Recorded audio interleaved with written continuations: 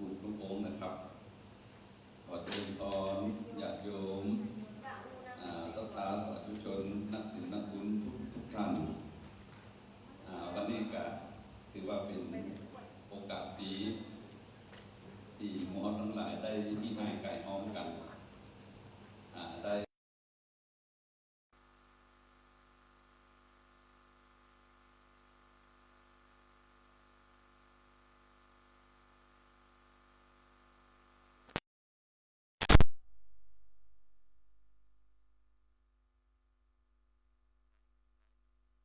ประชุม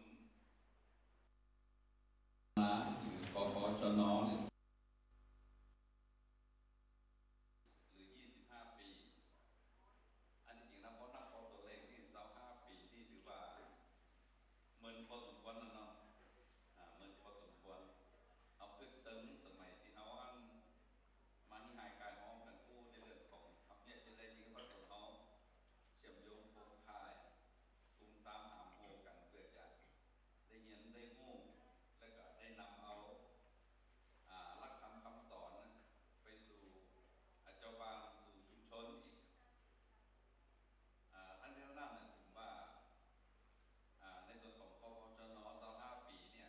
ถ้าเขาจะแบ่งเป็นยุคเนี่ยแบ่งกันได้สัก3 ยุคนะครับยุคที่1เนี่ยมันเป็นยุคที่เขากำลังค้นหาว่าพระสงฆ์นักพัฒนาเนี่ยมีอยู่ตรงไหนบ้างยุคนั้นเขาค้นหาอย่างเช่นตั้งเชียงใหม่เขาไปจะเห็นว่าหลวงพ่อวัดป่าดาราพิลมหลวงพ่อวัดบุพารามอย่างนี้ครับถ้าระดับประเทศระดับที่อันไกลๆทางภาคอีสานหลวงพ่อน้ำแล้วก็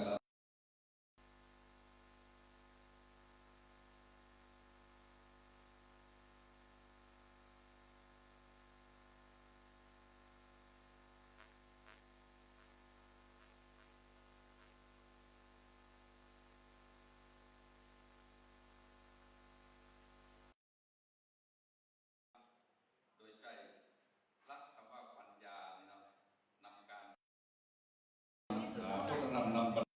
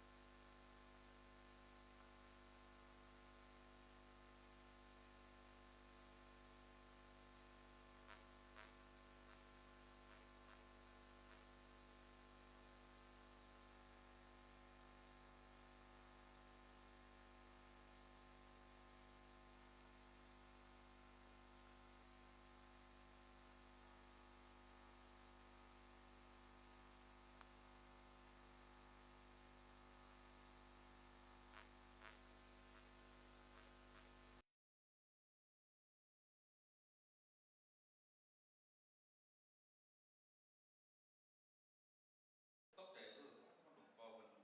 ขนาดนี้เลยกันผมก็ไปกับอย่าเพิ่งกราบเป็นว่ากองทัพต้องเดินด้วยท้องฉันเรียบร้อยกับไปกราบเอาบาตรมาไหมไม่มีบาตรไม่ได้เอามาครับหลวงพ่อนี่หลวงพ่อมีฝาบาตรเนี่ยเอาฝาบาตรไปก่อนเดี๋ยวตั้งข้อสืบว่าแต่กลับท่านไปเลือกก่อนเนี่ยผมก็เลยนึกถึงได้ว่าภาพผู้ใหญ่ระดับนี้จะมีชื่อมีเสียงและการเป็นแกนนำในการพัฒนาของชาวบ้านแต่จิตใจเป็นขนาดนั้นย่างเอาใจใหญ่ขึ้นบ้านครับผมใจใหญ่ผมก็เรียกว่าเป็นใดเป็นกันจะต้องมาฝึกฝนกับหลวงพ่อกันก็เลยไปเรียนรู้กับดีฮันแล้วก็มีอยู่ครั้งหนึ่งนะครับเด็กคนท่านเอาไปได้เอาก่อนไปมาเล่าเนาะไปได้มาดินทานมีอยู่ครั้งหนึ่งผมไปดูงานต่างประเทศ ไปดูงานต่างประเทศแต่การไปดูงานต่างประเทศเนี่ยเราจะต้องไปทำพาสปอร์ตนะครับเนาะไปทำพาสปอร์ตสมัยก่อนไปทำพาสปอร์ตมันไปเด่นง่ายในสมัยนี้แล้วก็จะได้สอบตคมาต้องซื้อสตางค์ต้องเดินเรื่องเองนะครับผมก็เดินเรื่องนะครับเจ้าอาวาสเจ้าคณะตำบลเจ้าคณะอำเภอเจ้าคณะจังหวัดเจ้าคณะภาคที่นี่ผมไปหาเจ้าคณะภาคสมัยก่อนเจ้าคณะภาคมันอยู่เปิดอยู่กรุงเทพนะเขาเคยไปกรุงเทพเนี่ยเจ้าขุนแล้วก็เปิดมีเจ้าคณะภาคบ่ได้บอกว่าเป็นชื่ออย่างนะครับเป็นมหาปรริญญาทำก็ประโยชน์เป็นเจ้าคณะภาคเป็นเจ้าขุนจันทำเปิดมีชื่อเสียงกันแต่ชื่อเสียงกันแบบนึงจะไปหาเปิดเนี่ยต้องมีหน้าห้องนี่นะไปหาหน้าห้องพอดีหน้าห้องเป็นคนเมืองหน้าเหมือนกันก็เลยไปหน้าห้องบอกว่าหลวงพ่อกำลังฉันแล้วกันเปิดกำลังเข้าห้องพักผ่อนรอสักครั้งก็รอตื่นแล้วก็บอกว่าอันหน้าห้องบอกว่าเขาป้าได้ผมก็เข้าเป็น1%มันต่างกับอันที่เขาไปหาอันหลวงพ่อแก่นนำที่เป็นมีจิตวิญญาณเกี่ยวกับการแผ่นหลวงพ่อวัญญาเนี่ยมาจากไหนมาทำอะไรจะเอาวันนั้นหนังสือเรื่องหลวงพ่อเซ็นกับสตปไม่รู้เรื่องหรือไงมอบอำนาจให้ลองข้ามแล้วผมตกไปอยู่สมาธิตาตุ้มเลยครับตาตีนผมก็เลยมานั่นผมไปก็บอกคุณพิทักษ์นี่นะครับก็เลยว่าอันบิ๊กได้ไม่รู้เรื่องอะไรไม่อ่านระบบระเบียบเนี่ยก็เลยจานครับไปลาสมเหงนะไปซื้อเสื้อผ้าจะซึกแล้วจะซึกแล้วมันนั่นซึกพอเขาหมดหวังเลยนะครับหมดหวังกับการใจอำนาจการใจอย่างที่มันประสบเหมือนเป้าหมายที่เขาอยากจะทำเนี่ยก็เลยว่ามันเป็นอย่างนี้ก็จะมันเป็นมันจะเนี่ยมันจะได้นี่คิดมาตลอดทางพระครูพุทธะมันปลอบใจว่าต้องซื้อแต่ไปซื้อเมืองหน้ามันเสียภาพเราเลยไปซื้อเมืองหน้าก็นี่ซื้อเมืองหน้าได้แล้วก็หามือสัมพันธ์ดีเอาเดี๋ยวจะหามือก็ปลอบใจกันมาอันนี้ผมว่าเบื้องต้นเนี่ยการที่เราจะเป็นพระสงฆ์นักพัฒนาเนี่ยผมว่าที่สำคัญคือหัวใจนะครับหัวใจเขาเปิดกว้างเนี่ยจะได้กระแตเนี่ยเขาจะได้เกลี่ยกายได้สมาธิได้เนี่ยอันนี้คือยุคแรกก่อนแต่ละวันนี้ผมได้นิมนต์หลวงพ่อพระครูพิทักษ์นันทคุณนะครับผู้บุกเบิกได้กับเป็นต้นแบบนิมนต์คนมาบรรยายพิเศษแต่ว่าอันคนรับปากแล้วคนว่าจะมาแต่ว่าพอนี้ได้เห็นสัก2-3 วันคนบอกว่าการนั้นจากสุขิตผมไปมาได้ที่ฝากบอกอาจารย์มุ้งจ่อยผมเลยอยากจะไปป้าอาจารย์มุ้งจ่อยตึกละก็ผมวางแผนที่จะวางแผนจะไปเชียงรายแล้วก็จะไปเชียงใหม่ไปเจอบ้านลูกศิษย์ลูกหาแล้วก็จะแวะไปที่ดอยสะเก็ดไปงานเนี่ยแต่โยมเปิดจะมาตั้งทับป่าตั้งกองทุนสร้างหอระฆังของสร้าง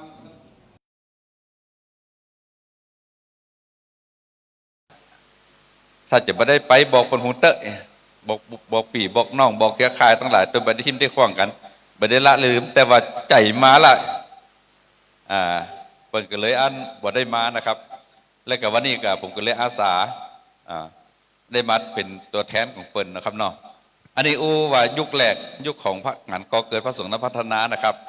ยุคที่เขาไปค้นคว้าหาว่าจุดใดมุมใดตีพระต้นแบบพระตัวอย่าง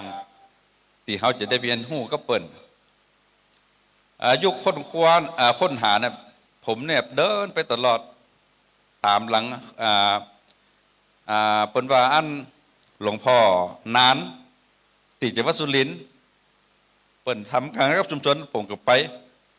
ผมไปนอนป่านอนอย่างที่เปิ่นไปนอนวัดเปิ่นด้วย ไปจัดสัมมนาที่ด้วยกันเอาไปหลายครั้งหลายคราวเอากะหันได้หันแนวคิดแนวทางของเปิ้นแล้วก็ลายตีผมไปครับไปตั้งภาคใต้ไปตีอันหลวงพ่อพุทธทาสเอากับไปเฮียนหูก็เปิ้นปฏิปทาผมก็เลยสรุปได้ว่าอ๋อหัวใจของการเป็นพระสงฆ์เนี่ยก็คือว่าความทุกข์ของชาวบ้านก็คือความทุกข์ของพระผมสรุปได้ว่าความทุกข์ของเจ้าบ้านคือความทุกข์ของพระอ๋อจี้กะถึงวันเนี่ยเจ้าบ้านมีปัญหาเนี่ยพระเขาเนี่ยเป็นองค์กรเป็นบุคลากรวัดเป็นองค์กรที่สำคัญพระเป็นบุคลากรที่สำคัญถ้าจะต้องช่วยเจ้าบ้านในการนำสู่การแก้ไขปัญหาเนี่ยผมก็เลยสรุปได้แบบนี้เลยครับและยุคที่สองเนี่ยผมว่ามันเป็นยุคที่เขาได้สร้างเครือข่ายยุคนั้นผมกับเตียวไปเตียวมาผมบังเอิญว่าช่วงนั้นได้มาเรียนหนังสืออยู่ที่เชียงใหม่เลยก็แวะไปหาอาจารย์ตอนนั้นเปิ้นเป็นอาจารย์บุญเจยเนาะเปิ้นเป็นรองอธิการบดีอยู่กะเป็นวอเนาะเขากับบุฮูจักเปิ้นเขากลัวเปิ้นว่าเปิ้นเป็นด็อกเตอร์แล้วเขานี่กำลังจะมาเรียนหนังสืออีกค่ะแต่มานั่งอู้นั่งคุยกันใจตรงกันเพิ่นก็เลยบอกว่าเขาลองมาเชื่อมโยงกันบ่ดีกะลองหาทุเจ้ารุ่นใหม่ๆจากเจียงไฮ้จากพะเยาจากอย่างเบื้องต้นเอาตามภาคเหนือเอาก่อนนี่กันนะครับเนาะแม่ห้องสอนผมมาจุ่มกันใจกุฏิหลังน้อยๆศาลาหลังน้อยๆที่วัดสันดอกเอามาเป็นพื้นที่อู้กันคุยกันลังเตี้ยล้นห้องก็มีห้องกุฏิหั่นน่ะเอาก็ได้เฮียนฮู้ด้วยกันแล้วก็มีญาติมีโยมมาช่วยทำนั่นทำนี่ให้เกิดความสะดวกขึ้นอันนี้มันเป็นยุคที่เขาป้ากันและกะจวนกันไปหั่นผ่องไปนี่ผ่องไปทุกที่ทุกแห่งในพื้นที่เขาเนี่ยว่าที่ไหนเหมาะสมที่พระเขาจะต้องไปขยับขับเคลื่อนไปกระตุกไปกระตุ้นโดยการนำเอาหลักธรรมพระพุทธศาสนาเนี่ยเอาไปเป็นเครื่องมือในการปั่นไปกระตุ้นเปิ้นนี้เนาะและยุคที่สามผมว่ามันเป็นยุคของการทำงานปรับตัวเนาะเขากับยุคเขากับสมัยเนี่ยครับพระเขาทำงานก็เหมือนกันเขาบดีคิดว่าอันของเขาถูกตลอดไปแต่เขาจะต้องปรับเขากับยุคเขากับสมัยยุคนี้สมัยนี้บางครั้งบางทีมันจำเป็นอย่างยิ่งที่พระเขาจะต้องคิดให้มันสอดรับสอดคล้องเหมือนที่วัดผมเนี่ยหลายท่านหลายคนถ้าไป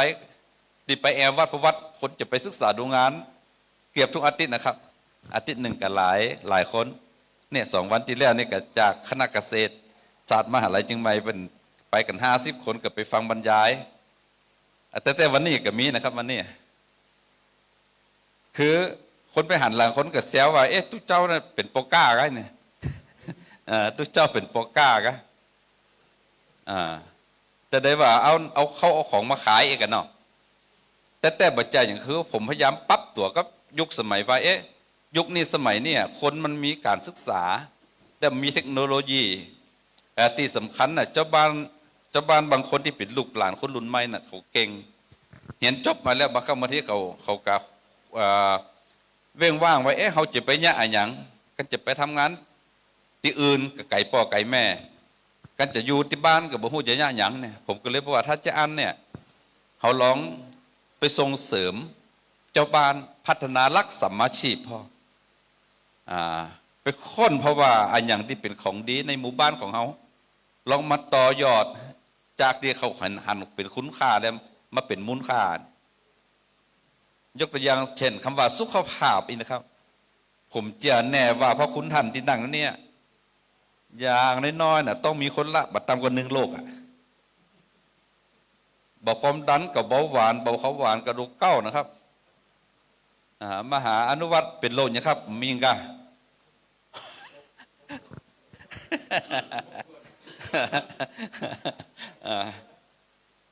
กีหนังอู้ครับ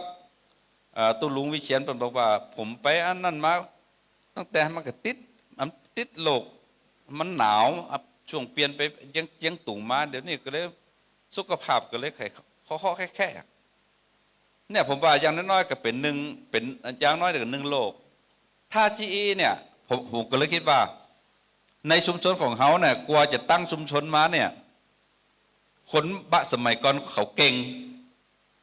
เขาไปสืบค้นอีกก่อนว่าพื้นที่นี้มีอะไรเป็นของดีเนี่ย ผมว่าถ้าว่าเอาของดีมาต่อยอดเนี่ยมันจะย่าฮืออันสอดรับกับยุคสมัยได้ยกตัวอย่างการเรื่องสุขภาพเนี่ยผู้ใดเป็นโรคเกาต์เบาหวานความดันครับบ่ต้องวิตกกังวลใจนะครับนะผมมีสูตรสมุนไพรครับสูตร532แล้วบัดนี้จู่ๆบอกขอนั้นเขาจะไปตีเลข532เนี่ยถามว่า532ในสูตรนี่มันเป็นสูตรอะไรอย่างเนี่ยคือเขาไปศึกษาเพราะว่าพืชที่เอามาทำสมุนไพรเนี่ยมันเป็นพืชที่อันเป็นพืชอาหารปกติของเจ้าบ้านแต่เจ้าบ้านเปิ่นกินอาหารทานให้เป็นยาเนาะเนี่ยบัดเจียก็ลองได้ครับเอาไปลองได้ผมเนี่ยคนหายหลายคนแล้วครับที่คนเป็นโรคเกาต์เบาหวานความดันเนี่ยผมก็เป็นเหมือนกันนะก่อนเป็นโรคเกาต์ครับเดี๋ยวนี้ก็บ่เป็นแล้วครับ5325คืออย่างครับ5ก็คือไปเอาเก้าอันต้นใบชะพูนี่เนาะบรรเทาว่าพักแค้นะครับเนาะเอามาใส่แกงแค้ลองไปถามหมอทุกหมอนะครับเขาจึงบอกว่าเนี่ยเป็นยาลดความหวานเบาหวานได้ดีมากเลยเนี่ยแต่ว่าเขาต้องมีวิธีกินนี่เนี่ยผมก็ใจ5ต้นน่ะถึงเก้าถึงดอกถึงอย่างถึง5 3คืออย่างจะไข่ใส่แกงนี่นะครับเอามาผสมเอามาบดเนาะเอามาผสมกันแล้วก็2คืออย่างแต่งกินยาทุกอย่างก็บัดแต่งกินให้กินบัดล้ำเนาะอันติกแต่งกินสมุนไพรกินล้ำสุดก็คือใบเตยหอมเตย2ต้นจะไข่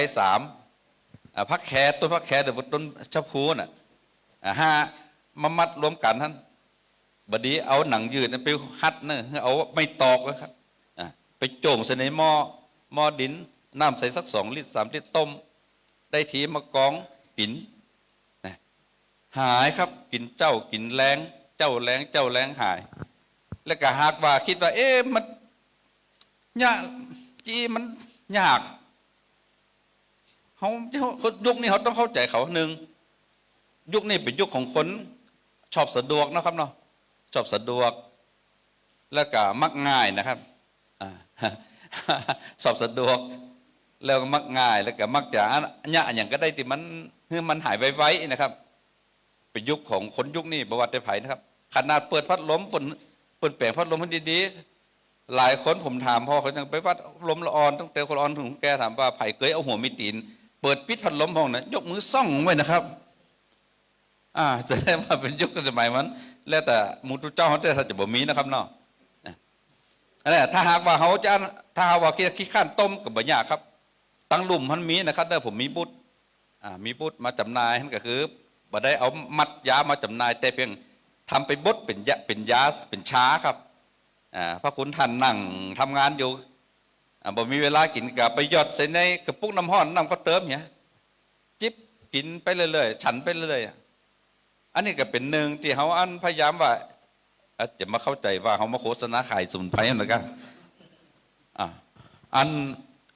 คือจวนเป็นนะครับจวนว่าถ้ามันเอาเขาไปต่อยอดปั๊บยุคสมัยคือต่อยอดสิ่งที่มีมูลค่า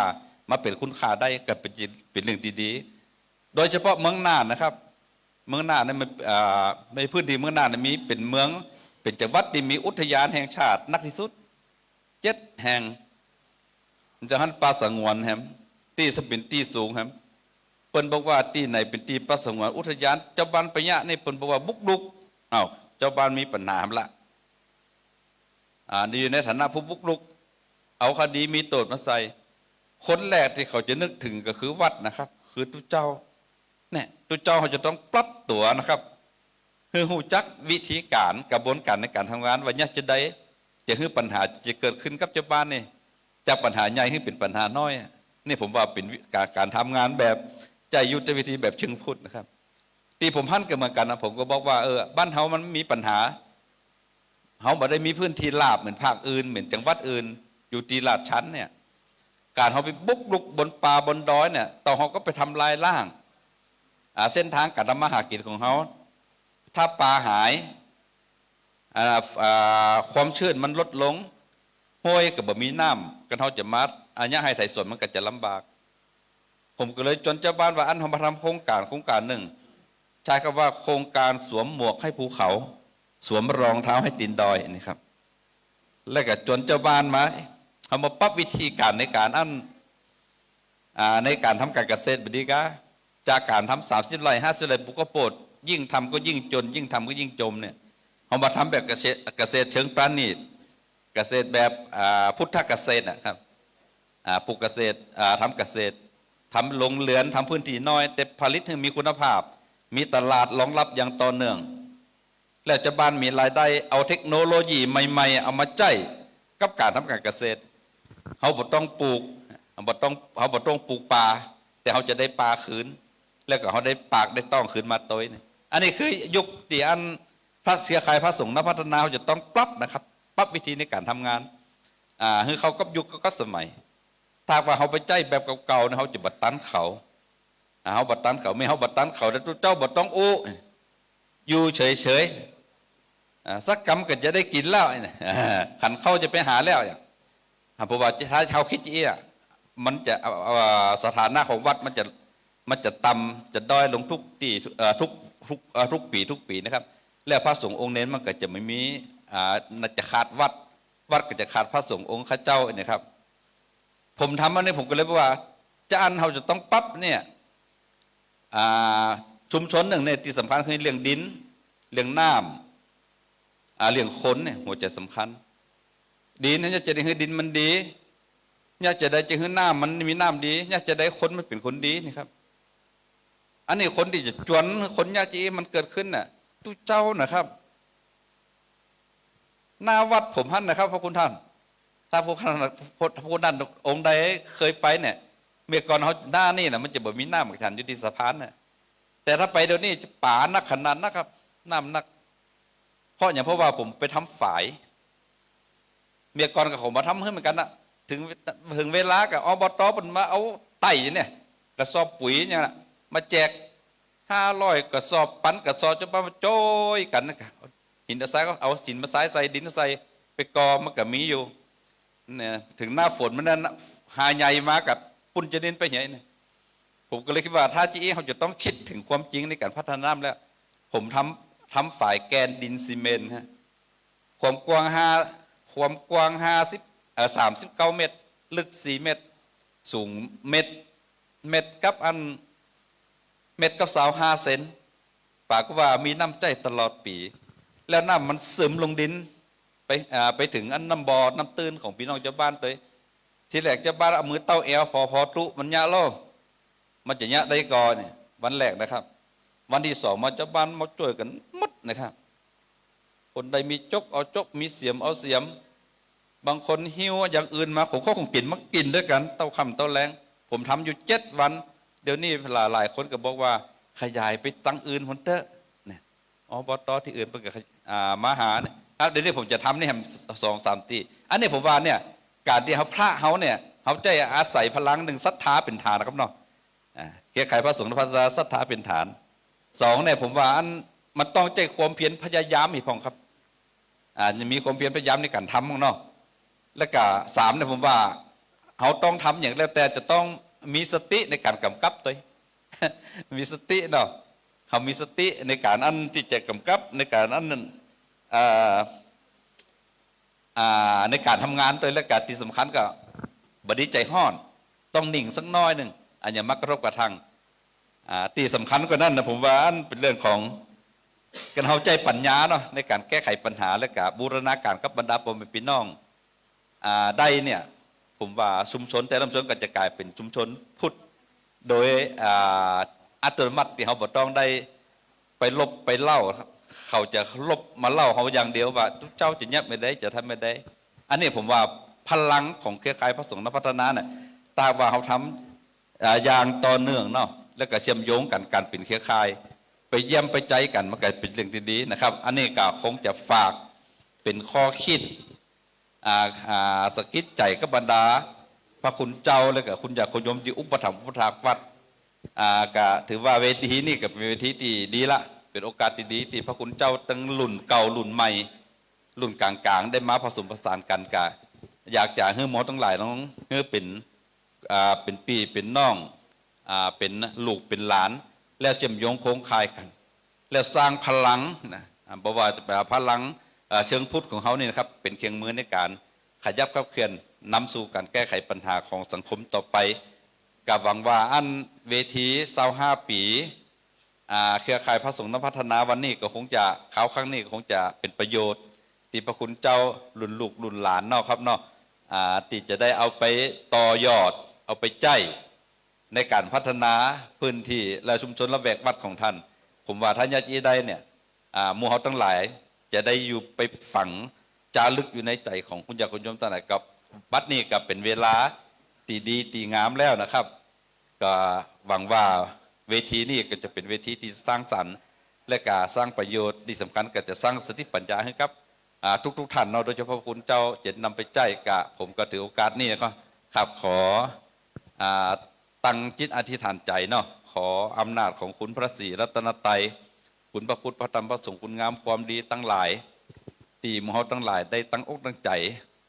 ได้ทำมาแล้วก็จะทำต่อไปก็ขอคุณงามความดีทั้งหลายแล้วนี่เนาะจงมาล้มกันเป็นตบะเป็นเดชะเป็นพลวปัจจัย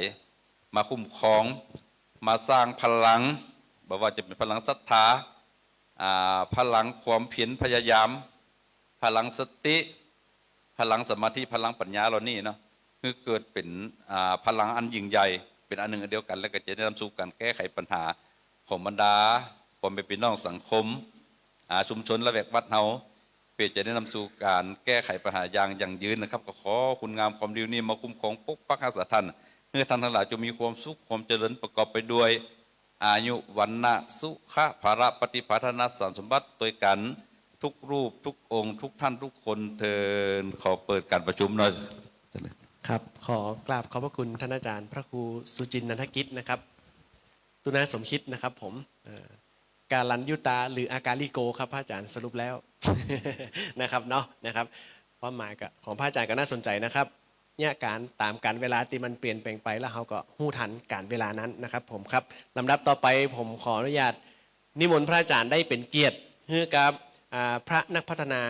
ของเฮาแห่มสักครั้งหนึ่งนะครับผมขอกราบอาราธนานิมนต์อาจารย์นะครับได้เป็นประธานในการมอบโล่เกียรติคุณแล้วก็เกียรติบัตรนะครับจากทีมเครือข่ายพระนักพัฒนาของเฮาได้เป็นผู้ร่วมจัดและก็มอบเป็นมุทิตาให้กับครูบาอาจารย์ท่านเจ้าเหล่านั้นนะครับผมรับที่1นะครับผมขอกราบอาราธนานิมนต์ท่านอาจารย์พระครูวิจิตรธรรมสาธกนะครับท่านเจ้าคณะอำเภอวังชิ้นจังหวัดแปรนะครับได้รับมอบโล่นะครับแล้วก็ประกาศกิตติคุณครับผมครับขอกราบอาราธนานิมนต์ครับ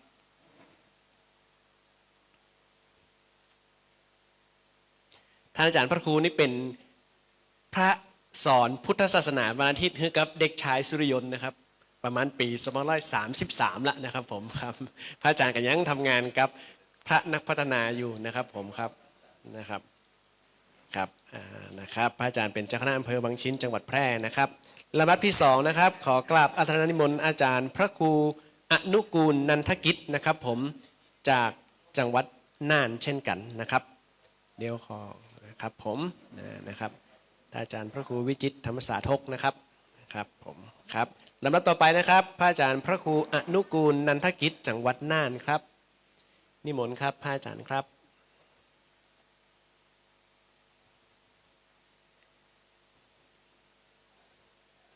ครับลำดับที่3นะครับขอกราบอาราธนานิมนต์ท่านอาจารย์พระครูประภาสพนารักษ์นะครับจากจังหวัดเชียงรายครับ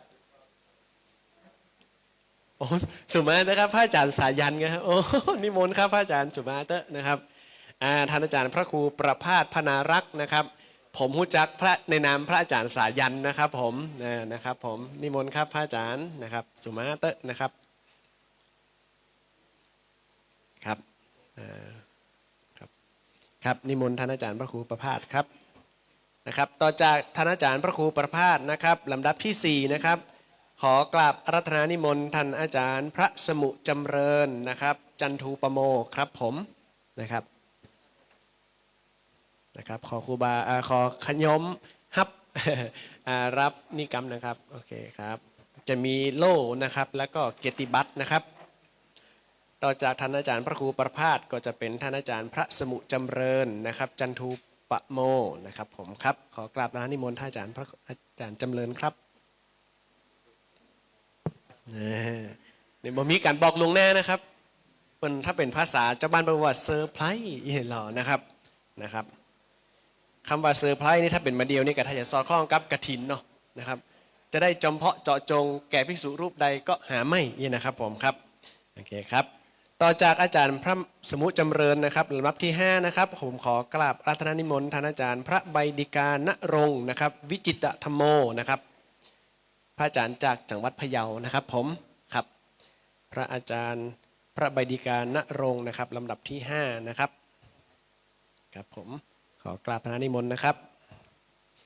ครับผมลำดับต่อจากพระอาจารย์พระใบดิกาณรงค์นะครับลำดับที่6นะครับผมขอกราบอาราธนานิมนต์นะครับพระอธิการพัฒษาปวัฒโนนะครับจังหวัดแม่ฮ่องสอนครับผมครับนิมนต์พระอาจารย์พัฒษาปวัฒโนนะครับ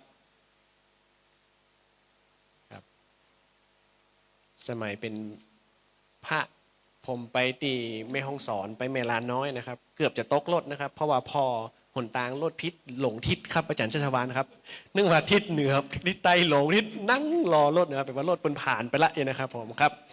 ลำดับที่6ลำดับที่7นะครับผมลำดับที่7ขอกราบอานิมนต์นะครับพระอาจารย์พระมหาอนุวัตถิตเมโทนะครับผม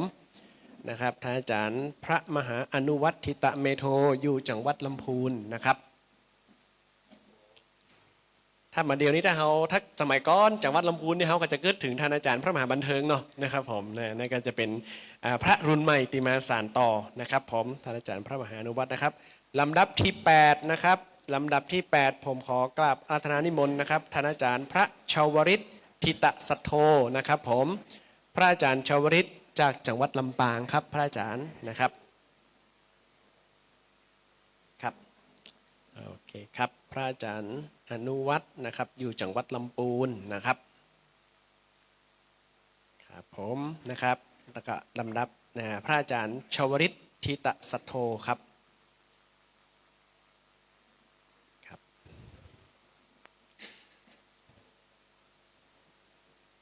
ครับโอเคครับครับผม25 ปีเขาก็จะหันพระนักพัฒนารุ่นใหม่นะครับผมขึ้นมารับช่วงนะครับนั่นหมายความว่าสิ่งที่ครูบาอาจารย์ได้ทำไปนั้นได้เป็นคุณูปการให้กับพระนักพัฒนารุ่นใหม่นะครับลำดับต่อไปนะครับขอเชิญตัวแทนจากสำนักงานเครือข่ายองค์กรงดเหล้าครับส่วนกลางนะครับผมรับมอบครับนะครับขอเรียนเชิญสำนักงานเครือข่ายองค์กรงดเหล้านะครับลำดับที่9อันนี้ก็เป็นหน่วยงานสนับสนุนนะครับผมครับหน่วยงานสนับสนุนนะครับแล้วก็ลำดับที่10นะครับขอเรียนเชิญตัวแทนจากสำนักงานเครือข่ายงดเหล้าภาคเหนือตอนบนครับเชิญครับเป็นไผ่ดีครับให้นานสมควรก็ถ่ายหูปละนะครับ นะครับผม10 ท่านนะครับที่ได้มาร่วมอนุโมทนาในวาระ25 ปีนะครับผมนะครับตะกี้ตอนห้องจือพระอาจารย์เข้ารับมอบเนี่ยนะครับ8 รูปเนี่ยนะครับผมหู้จักแต่เนี่ย2 รูปครับอาจารย์บุญช่วยนะครับนั่นหมายความว่ารุ่นใหม่แต่เลยนะครับรุ่นใหม่แต่เลยแต่ไม่ได้หมายความว่าท่านอาจารย์พระครูวิจิตรนี่รุ่นเก่านะครับผมเป็นพระที่เข้ามาหนุนจิตหนุนใจให้กับครูบาอาจารย์รุ่นใหม่นะครับผมครับครับนะครับสุมาเตะนะครับพระอาจารย์นะครับลำดับต่อไปนะครับพระอาจารย์นะครับลำดับต่อไปเราจะได้รับฟังสิ่งดีๆนะครับรับฟังสิ่งดีๆจากครูบาอาจารย์นะครับที่เปิ้นมีประสบการณ์นะครับเปิ้นมีประสบการณ์ในการทำงานตีต้องบอกว่าหลากหลายเนาะนะครับตะกี้นี่มีตุนาสมคิด1 ท่านนะครับลำดับต่อไปก็จะได้เรียนเชิญนะครับอาจารย์บุญช่วยนะครับอาจารย์หลายท่านรู้จักอยู่ครับอาจารย์บุญช่วยดูใจเนี่ยนะครับ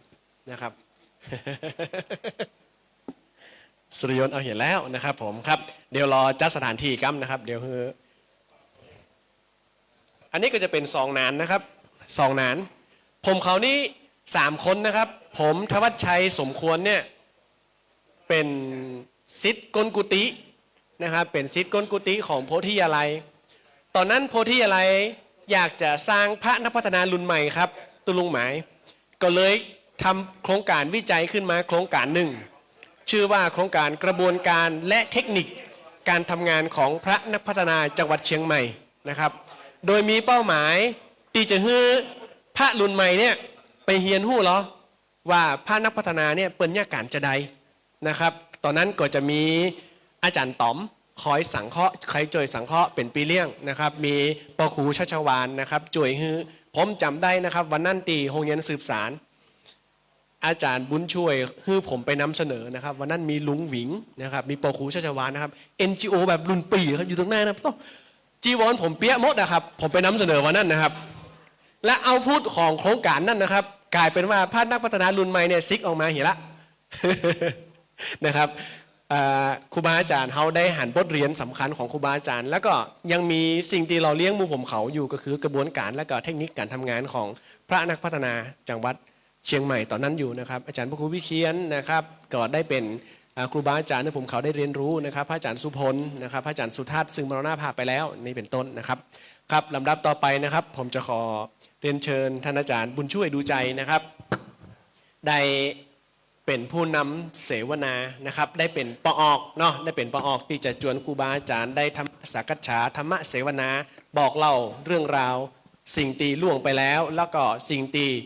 ยังเป็นอยู่แล้วก็สิ่งที่จะเกิดขึ้นในอนาคตกับในส่วนของเครือข่ายพระนักพัฒนาชุมชนภาคเหนือครับขอเรียนเชิญครับครับขอบคุณครับไอ้หนานสุริยนต์นะที่ห้องว่าไอ้หนานสุริยนต์เนี่ยเพราะว่าเป็นหนานรุ่นปี ผมเป็นหนานรุ่นน้องครับก็เลยได้ห้องเปิ้นว่าเป็นไอ้หนานนี่นะครับผมไหว้สาครูบาอาจารย์นะครับพระสงฆ์นักพัฒนาทุกรูปทุกตนทุกองค์นะครับแล้วก็ขอสวัสดีนะไอ้เรียกว่าพี่ไอ้นายน้องเนาะนะถ้าไล่มาตั้งแต่ไอ้ชัดนะไอ้ต๋อมนะครับนะตลอดถึงแฮมหลายๆท่านนะครับที่ทั้ง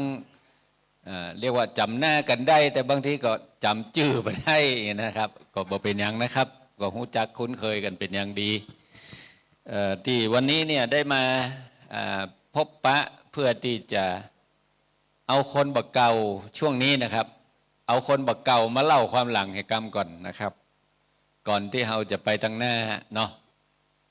ว่ามันมีเหตุการณ์อย่างน่าสนใจอย่างใดผ่านพ้นมาได้อย่างใดนะครับโดยที่คนบักเก่าเนี่ยก็อาจจะเรียกว่ามาเข้าเครือข่ายพระนักพัฒนาในยุคแรกๆนะครับไล่มานะครับผมก็จะขออาราธนาพระอาจารย์มหาอินทร์สอนครับนิมนต์ตังบนครับอันนี้ก็เป็นคนบักเก่านะครับแม้จะหน้าตายังหนุ่มอยู่แต่ก็บักเก่าพอสมควรแล้วครับนะครับท่านอาจารย์นั้นตุลงยศครับทีปโกนิมนต์ครับพระอาจารย์สาธิตครับนิมนต์ตังบนครับอันนี้เป็นตุ้เจ้าที่มีรายชื่ออยู่ที่ผมมีอยู่ในมือนะครับแล้วก็ยังจะมีแถมท่านหนึ่งครับพระอาจารย์ธานีครับนิมนต์ตังบนครับอันนี้ก็จริงๆก็มีชื่อมาตั้งแต่แรกเลยนะเสนอกันเป็นคนแรกๆเลยนะครับเป็นท่านแรกๆเลย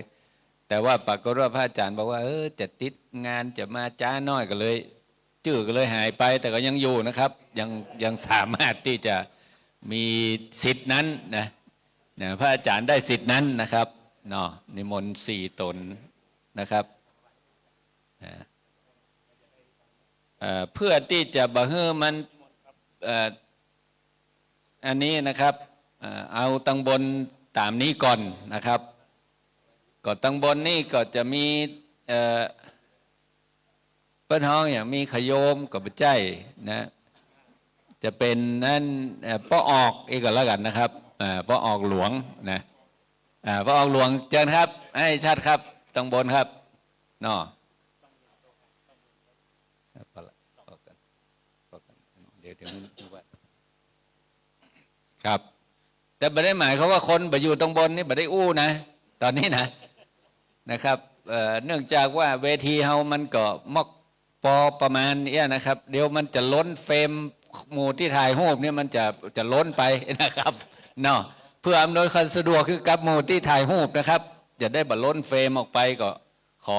ขอต้องบนเป็นประมาณนี้นะครับนะ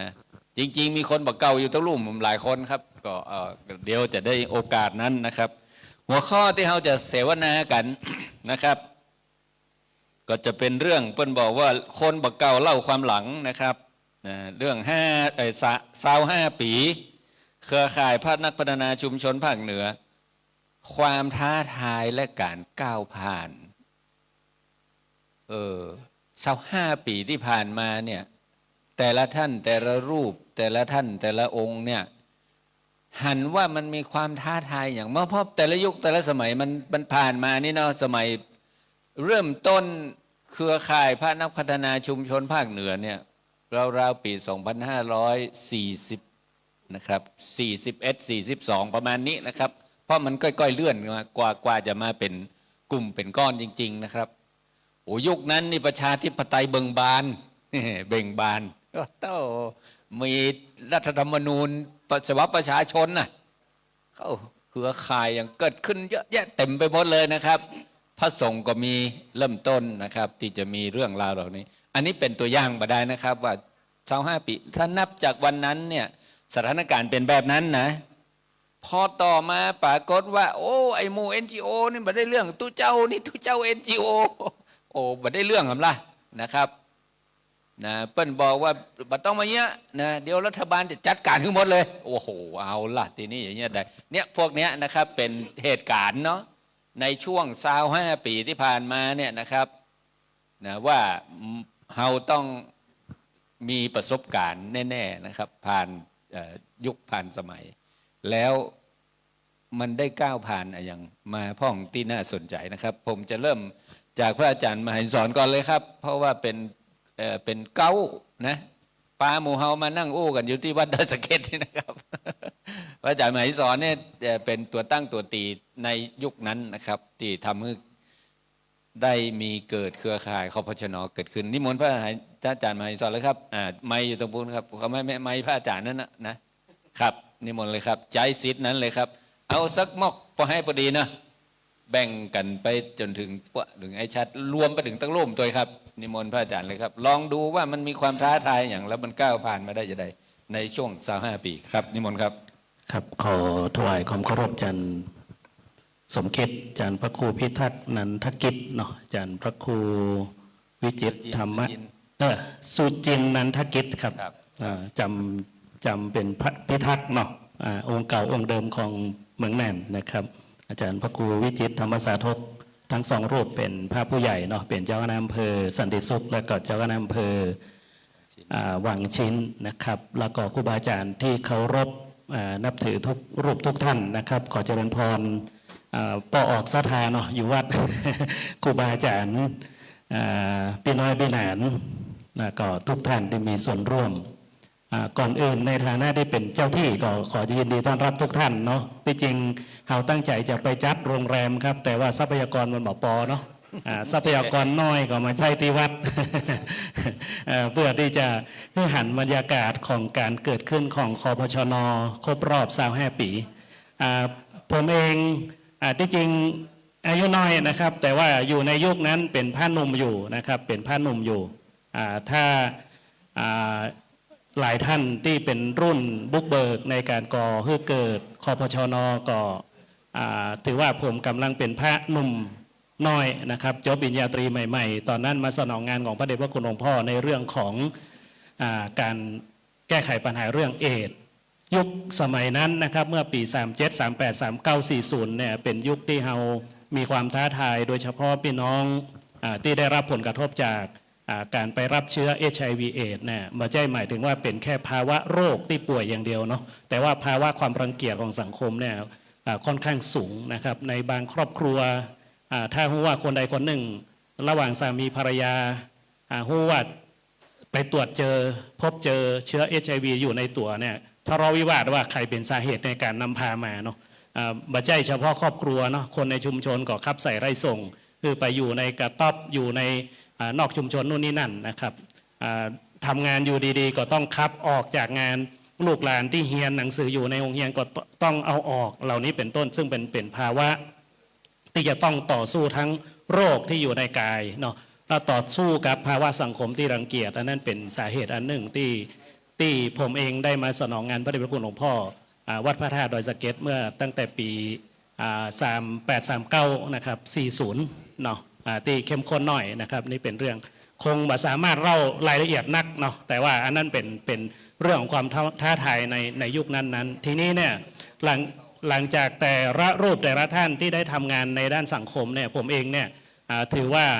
ได้เรียนรู้งานสังคมเป็นประเด็นเรื่องสุขภาพโดยเฉพาะเรื่องของงานด้านเอดส์นะครับฉะนั้นผมก็จะมักคุ้นกับพระสงฆ์ที่ทำงานด้านเอดส์เป็นหลักอย่างเช่นคณะสงฆ์แม่จันทร์เนาะ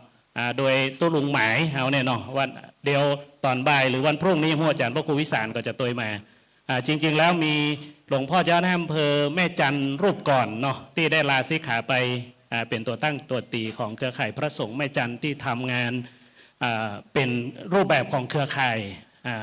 ทั้งระบบของอำเภอแม่จันทร์ในการขับเคลื่อนงานด้านเอดส์นะครับนั่นในยุคสมัยนั้นแล้วก็จะหูจักตุลุงแดงเนาะที่วัดหัวรินอย่างเงี้ยเนาะอาจารย์พงเทพวันนี้ที่จริงเฮาพยายามสื่อสารเหมือนกันแต่ว่าลาสิกขาไปแล้วที่ศูนย์เพื่อนชีวิตใหม่ที่ได้ขับเคลื่อนเรื่องงานด้านเอดส์เนาะฉะนั้นแต่ละรูปแต่ละองค์ที่เฮาขับเคลื่อนประเด็นท้าทายในยุคนั้นๆเนี่ยโดยเฉพาะยุคเรื่องเอดส์เนี่ยมันมีหน่วยงานองค์กรที่มาขับเคลื่อนโดยเฉพาะองค์กรพัฒนาเอกชนกพอนะสมัยนั้นอาจารย์ชาชวานก็จะเป็นหนึ่งในผู้อาวุโสในการก่อให้เกิดนะพี่น้องชาวบ้านโดยเฉพาะพี่น้องNGOที่เปิ้นขับเคลื่อนงานด้านสังคมโดยเฉพาะประเด็นเรื่องเอดส์เนี่ยเปิ้นมีเครือข่ายที่ค่อนข้างเป็นรูปธรรมและแน่นหนาแต่ทีนี้พระสงฆ์เฮาที่ทำงานต่างคนต่างทำเป็นองค์กรของไผ่ของมันเป็นเครือข่ายของไผ่ของมันอยู่แต่ละที่ละแห่งนะครับนั่นเป็นจุดเริ่มต้นของการก่อให้เกิดเครือข่ายผมอาจจะเน้นในเรื่องของการเกิดเครือข่ายมากกว่าที่เป็นงานเชิงปัจเจกเนาะกลุ่มหนึ่งที่เฮาหันบทบาทในสมัยก่อนก็คือหลวงพ่อพระพุทธพจน์วราพรเนาะอดีตเจ้าวาดวัดป่าดาราพิรมหลวงพ่อได้ตั้งมูลนิธิอันหนึ่งก็คือมูลนิธิพัฒนาชนบทเนาะมีกลุ่มสังฆพัฒนาเกิดขึ้นภายใต้มูลนิธินี้แล้วก็มีหลายยุคหลายสมัยในเครือข่ายพระสงฆ์นักพัฒนามีหลายรูปที่ทำงานประเด็นเรื่องเอดส์แต่ว่ามูลนิธิพัฒนาชนบทโดยกลุ่มสังฆพัฒนาไม่ได้ทำประเด็นเรื่องเอดส์อย่างเดียวเป็นเรื่องธนาคารเข้าเป็นเรื่องอื่นๆหลายเรื่องภายใต้กลุ่มสังฆพัฒนาเนาะอันนี้ก็เป็นกลุ่มหนึ่งที่ได้สัมพันธ์แล้วก็มีพระสงฆ์กลุ่มฮักเมืองน่านโดยพระเดชพระคุณหลวงพ่อพระครูพิทักษ์นันทคุณเจ้าคณะอำเภอเมืองณปัจจุบันเนาะครับก็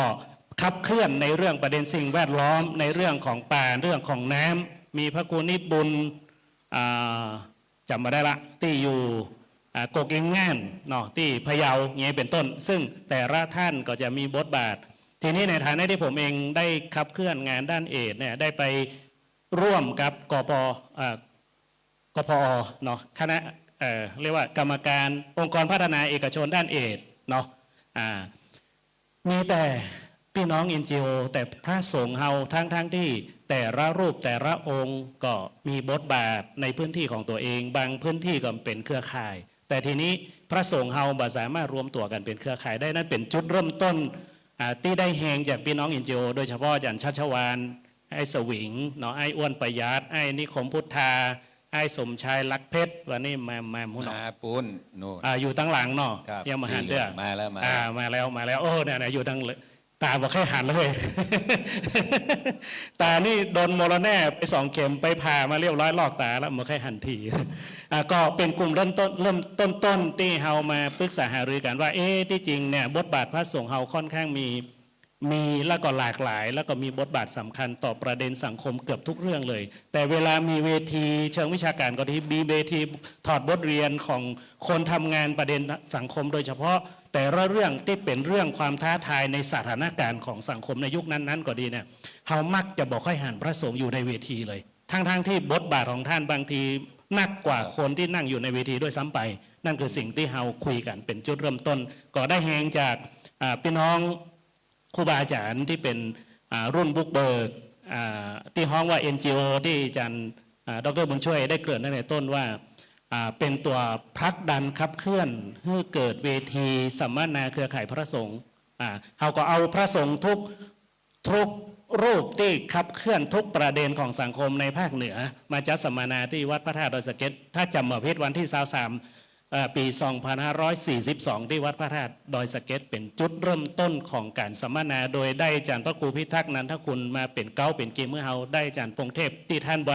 วางมือจากเครือข่ายแล้วนานพอสมควรเข้ามาเห็นเนาะก็ได้ท่านอาจารย์ช่วยได้ท่านเกียรติศักดิ์ได้กลุ่มมาจากท่านวครับท่านนิคมก็เคยมาร่วมเวทีเฮาเมื่อปี 42 ในคณะที่ท่านมาปฏิบัติเป็นเลขาอนุการเจ้าหน้าจังหวัดเชียงรายตอนที่มาปฏิบัติศาสนกิจหลังจากที่จบมจรเนาะเหล่านี้เป็นต้นซึ่งเป็นจุดเริ่มต้นของการคุยกันในเวทีเครือข่ายพระสงฆ์นักพัฒนาและวันที่3 เมษายนเนี่ยเอาไปคุยกันที่วัดสวนดอกก่อให้เกิดสถาบันโพธิอะไรอันนี้เล่าความหลัง2 อันเพื่อให้เชื่อมโยงให้หันว่าที่มาที่ไปของพระสงฆ์นักพัฒนาที่ห้องว่าคพชน.ขณะนั้นก็ได้อาจารย์บุญช่วยเป็นเลขาธิการคพชน.เนาะตอนนั้นทำห้องว่าประธานเนาะเอาห้องว่าเลขาธิการคพชน.นะอันนี้ก็เป็นรูปแรกและรูปเดียวมั่งที่ได้รับการแต่งตั้งอย่างเป็นทางการ หลังจากที่อาจารย์ช่วยได้ลาสิกขาไปเขายังมีการแต่งตั้งเนี่ยเป็นยกคือเป็นยกคือเป็นนะครับหลังจากนั้นเนี่ยเขาก็มีการได้เลือกนะครับว่าเลขาหรือประธานคพชน.ภาคเหนือเนี่ยเขาก็มามีเนาะวันนี้ครบรอบ25 ปีที่คนบากเก่าเล่าความหลังแต่ผมเป็นคนหนุ่มนะครับเล่าความหลังเนาะครับถือโอกาสเล่าความหลังสู่ครูบาอาจารย์ประมาณนี้ก่อนครับเพื่อถวายมาให้กับคนอื่นครับขอบคุณครับถึงแม้ว่าจะหนุ่มแต่เป็นบากเก่าครับก็ยังแสดงให้เห็นว่าการกำเนิดเกิดขึ้นมาเนี่ยมันมีความเรียกว่าเปิ้ลเขาว่ามีความท้าทายอยู่ณสมัยนั้นนะครับที่ทั้งเป็นเรื่องของสุขภาพความทุกข์ยากของพี่น้องประชาชนแล้วทุกเจ้าก็ไปเยี่ยการแต่เมื่อเยี่ยการแล้วเนี่ยถามว่ามันจะได้ก็ปรากฏว่าตั้งตนก็ตั้งเงี้ยเนาะเมืองน่านก็อยู่เมืองน่านเมืองเชียงใหม่ก็อยู่เชียงใหม่นะครับอย่างต่างๆเราเนี้ยมันแบบหูซื้อว่าจะบอกเป็นกลุ่มเป็นก้อนคำถามคือว่าเพื่ออย่างที่จะต้องทำให้มันเป็นกลุ่มเป็นก้อนนะครับอันนี้ต้องถามมันNGO ตัวป้อนะครับชัดครับว่ามันจะต้องมีมันจะได้ก็เนี่ยคนเดียวก็ได้ดีแล้วโลเนาะแล้วเนี่ยใดถึงมาจวนตัวเจ้ามาเป็นมาทำเป็นเครือข่ายอย่างทำนองนี้นะครับเป็นกลุ่มเมื่อก่อนนี้ก็มีกลุ่มเนาะกลุ่มพระสงฆ์พระสังฆพัฒนาชุมชนล้านนาของหลวงพ่อหลวงปู่จันทร์เขาเนี่ยนะครับที่วัดป่าดาราพิรมก็ดีแล้วเราก็เงียบไปแล้วจะได้มันต้องมีกลุ่มขยับขยายเครือข่ายแบบนี้มันเป็นจะได้มันท้าทายจะได้ไอ้ลองเล่าให้ฟังครับครับก็ขอน้อมไหว้สานะครับพระเถรานุเถระแล้วก็เป็นถือว่าเป็นเครือข่ายพระสงฆ์เพื่อการพัฒนานะครับคือต้องยอมรับว่าสมัยก่อนนี้ถ้าพูดถึง NGO เนี่ยมันเป็น NGO ตัวน้อยๆครับบัดใจมีพลังเยอะนะครับนี่เฮาก็มักจะต้องแสวงหาผู้มีอิทธิพลครับตอนนั้นเนี่ยก็มองว่าทางตู้เจ้าเนี่ยเป็นผู้มีอิทธิพลไม่ไปถึงผู้มีอิทธิพลทางความคิดนะครับนอกรัฐธรรมนูญโดยถ้าเป็นสมัยนี้เปิ้ลจะฮ้องว่าอินฟลูเอนเซอร์เนาะอินฟลูเอนเซอร์ครับเพราะว่าเจ้าบ้านเปิ้ลศรัทธาเจ้าบ้านเปิ้ลเคารพนับถือเพราะฉะนั้นหมู่นักพัฒนาทั้งหลายเนี่ยก็คือจะต้องเข้าหาเจ้าบ้านเพราะฉะนั้นก็ต้องไปหาละไผ่เจ้าบ้านเคารพไผ่ก็ต้องไปหาคนนั้นนะซึ่งตอนนั้นก็มองกันนะครับว่าแต่ว่าที่สำคัญมากกว่านั้นนะครับเขามองว่าพระพุทธธรรมเนี่ยพุทธธรรมเป็นฐานของชีวิตเป็นฐานของสังคมนะถ้าเราอยากจะให้สังคมมีความเป็นธรรมอยากให้สังคมมีความสุขเนี่ยยังได้ก็ตามเนี่ยผมว่าฐานพุทธธรรมเป็นเรื่องสำคัญที่สุดเป็นใจกลางของเรื่องของถ้าตัวสรุปตอนนี้ตามที่เขาทันสมัยกันอยู่ตอนนี้ก็คือเป็นฐานสำคัญพุทธธรรมเป็นฐานสำคัญของการพัฒนาที่ยั่งยืนSDG ที่เขาอู้กันเนี่ยผมว่าพระพุทธเจ้าอู้มา 2,000 กว่าปีแล้วเนาะใช่ไหมครับ ครับ อันเนี้ยผมคิดว่านั้นนะแต่สมัยก่อนเนี่ยเขาก็เจออย่างนี้ครับว่าคือพระสงฆ์เนี่ยไปอยู่ทุกชุมชนนะฮะพระสงฆ์อยู่ทุกชุมชนแล้วก็ส่วนหนึ่งมีส่วนหนึ่งด้านหน้าเป็นธรรมจาริกสมัยนั้นนะครับ ไปอยู่กับพี่น้องชนเผ่าผมเจอกับท่านมหาบุญช่วยที่ไหนวะครับที่ม็อบชนเผ่านะ เปิ้นไล่รัฐบาลช่วงนั้นเปิ้นขับไล่พี่น้องชนเผ่าออกจากป่านะเปิ้นก็มาเดินขบวนกันไปสารากลางพ่องไปท่านมหาบุญช่วยไปอยู่แถวสถาบันวิจัยสังคมตอนนั้นอาจารย์ชยันวัฒนาภูติเนาะ ครับ โอ้โหทุกเจ้าแย่มาอยู่นี่อ่ะปรากฏว่ามาฮื้อสินฮื้อพรให้กำลังใจสู้เนอสู้เนออยู่อ่ะ และที่สำคัญผมเคยร่วมผมประทับใจมากเลยท่านเจ้าคุณโพนะฮะตอนนั้นท่านเป็นรองเจ้าคณะจังหวัดเชียงใหม่ตอนนั้นมีการสร้างกระเช้าลอยฟ้าขึ้นดอยสุเทพปี2529นะครับแล้วก็คนเชียงใหม่ประท้วงแล้วก็ท่านที่สำคัญก็คือท่านเจ้าคุณโพท่านรองนะ โพธิรังสีวัดปันตอง พันตองครับ ครับ ท่านทำผมยังจำได้นะ ท่านยังทำผ้าสีเหลืองนี่นะปั๊มทาธรรมจักรนะมามัดแขนให้ผมเนาะสู้เนอะลูกสู้เนอะอย่ายอมเปิ้นเนอะสู้เนอะอย่าให้เปิ้นสร้างเนอะมันค้ำหัวครูบาเนาะบัดให้มันทำลายดอยศักดิ์สิทธิ์ของเขาบัดได้เนอะต้องสู้เนอะโปรดเฮานี่ใจขึ้นกัน นะครับ ตอนนั้นยังหนุ่มอยู่นะ ยังหนุ่มอยู่ก็เศร้าป่ายแล้วเศร้าป่ายแล้ว ครับ แล้วตอนหลังผมเอาลูกไปหาไปกราบท่านยังตั้งชื่อให้ลูกผมคนน้อยเนี่ยฮะชื่อนายรักศักดิ์นายทองดีเนี่ยนะก็ยังใช้ชื่อจากท่านเนี่ยนะเพราะฉะนั้นผมคิดว่าถ้าพระสงฆ์ได้ทำสิ่งใดก็แล้วแต่เนี่ยผมว่าสำเร็จไปเกินละถ้าเริ่มทำนะครับ และถ้ายิ่งมีพี่น้องศรัทธาเข้าร่วม มีนักพัฒนาเข้าร่วม มีนักวิชาการเข้าร่วมเนี่ยผมว่าฉลุยเลยครับนะฮะแต่สมัยนั้นเนี่ยผมคิดว่ามีสองส่วนเท่าที่ผมดูนะครับ พระสงฆ์มีสองส่วนก็คือส่วนที่เป็นพลังพื้นฐานที่อยู่ตามชุมชนกับแห่งส่วนหนึ่งผมฮ้องว่าเป็นปัญญาชนตู้เจ้านะฮะอยู่มจรพ่องเป็นด็อกเตอร์พ่องนี่นะสมัยนั้นนะครับแล้วก็มาตั้งสถาบันวิจัยโพธิยาลัยเนาะใช่ไหมฮะอย่างท่านมหาบุญช่วยท่านพีท่านเกียรติศักดิ์ท่านอย่างวันนี้โอ้โหผมว่าแอคทีฟขนาดอะผมการนะนักพัฒนานี่เพราะว่าเฮานี่จะต้องมีเบี้ยยังชีพอะไรอย่างเนาะแต่ว่าตัวเจ้าบ่จำเป็นครับไปที่ไหนก็มีคนบิณฑบาตได้อะบ่ต้องมีปัญหานะครับอย่างหมู่ผมข่าวนี้ NGO นี่ยังต้องเพราะว่าโคนจะมีเงินเดือนของ5 เดือนนี้นะจะเอาเข้าที่ไหนกินนะจะเลี้ยงลูกเลี้ยงเมียอย่างใดเนาะแต่ว่าผมว่าเรื่องนี้นะฮะเบื้องต้นประมาณนี้ก่อนนะผมว่าเพราะฉะนั้นเครือข่ายพระสงฆ์วันนี้ผมดีใจมากนะเพราะว่าคือผมไปร่วมอย่างเงี้ยเจอท่านเจ้าคุณโพเจอท่านมหาบุญช่วยผมไปเจอท่านพระครูที่สีถ้อยบวชป่า ท่านพระครูมนัส นาทีพิทักษ์แล้วก็ไปเจอท่านพระประหลัดสงวนที่วัดอรัญญวาสเป็นเซี่ยวกันเปิ้ลบอกเป็นเซี่ยวกันผมอายุเท่ากันนะเท่ากับท่านเนี่ยตอนนั้นปี34ก็ฮะ33 34เนี่ยไปบวชท่านบวชป่า700 หมู่บ้านผมบอกโอ้โหทำอย่างใดอะท่าน700 หมู่บ้านท่านบอกโอ้โหแบบบุกทะลวงไปทุกหมู่บ้านนะไปทำเรื่องการดูแลรักษาป่าอย่างเงี้ยจนกระทั่งร่างกายนี่ทรุดโทรมเหมือนกันนะครับช่วงต้นบานนะเนี่ยผมหันแล้วผมประทับใจอันนี้ครับว่าพลังของพระสงฆ์ยิ่งใหญ่มากนะต้องยอมรับและยิ่งมาเป็นเครือข่ายในยุคนี้ครับทำงานต่างคนต่างทำงานนี้ผมว่ายังได้ก็บ่สำเร็จนะโม่งไผ่โม่งมันนี่บ่สำเร็จครับ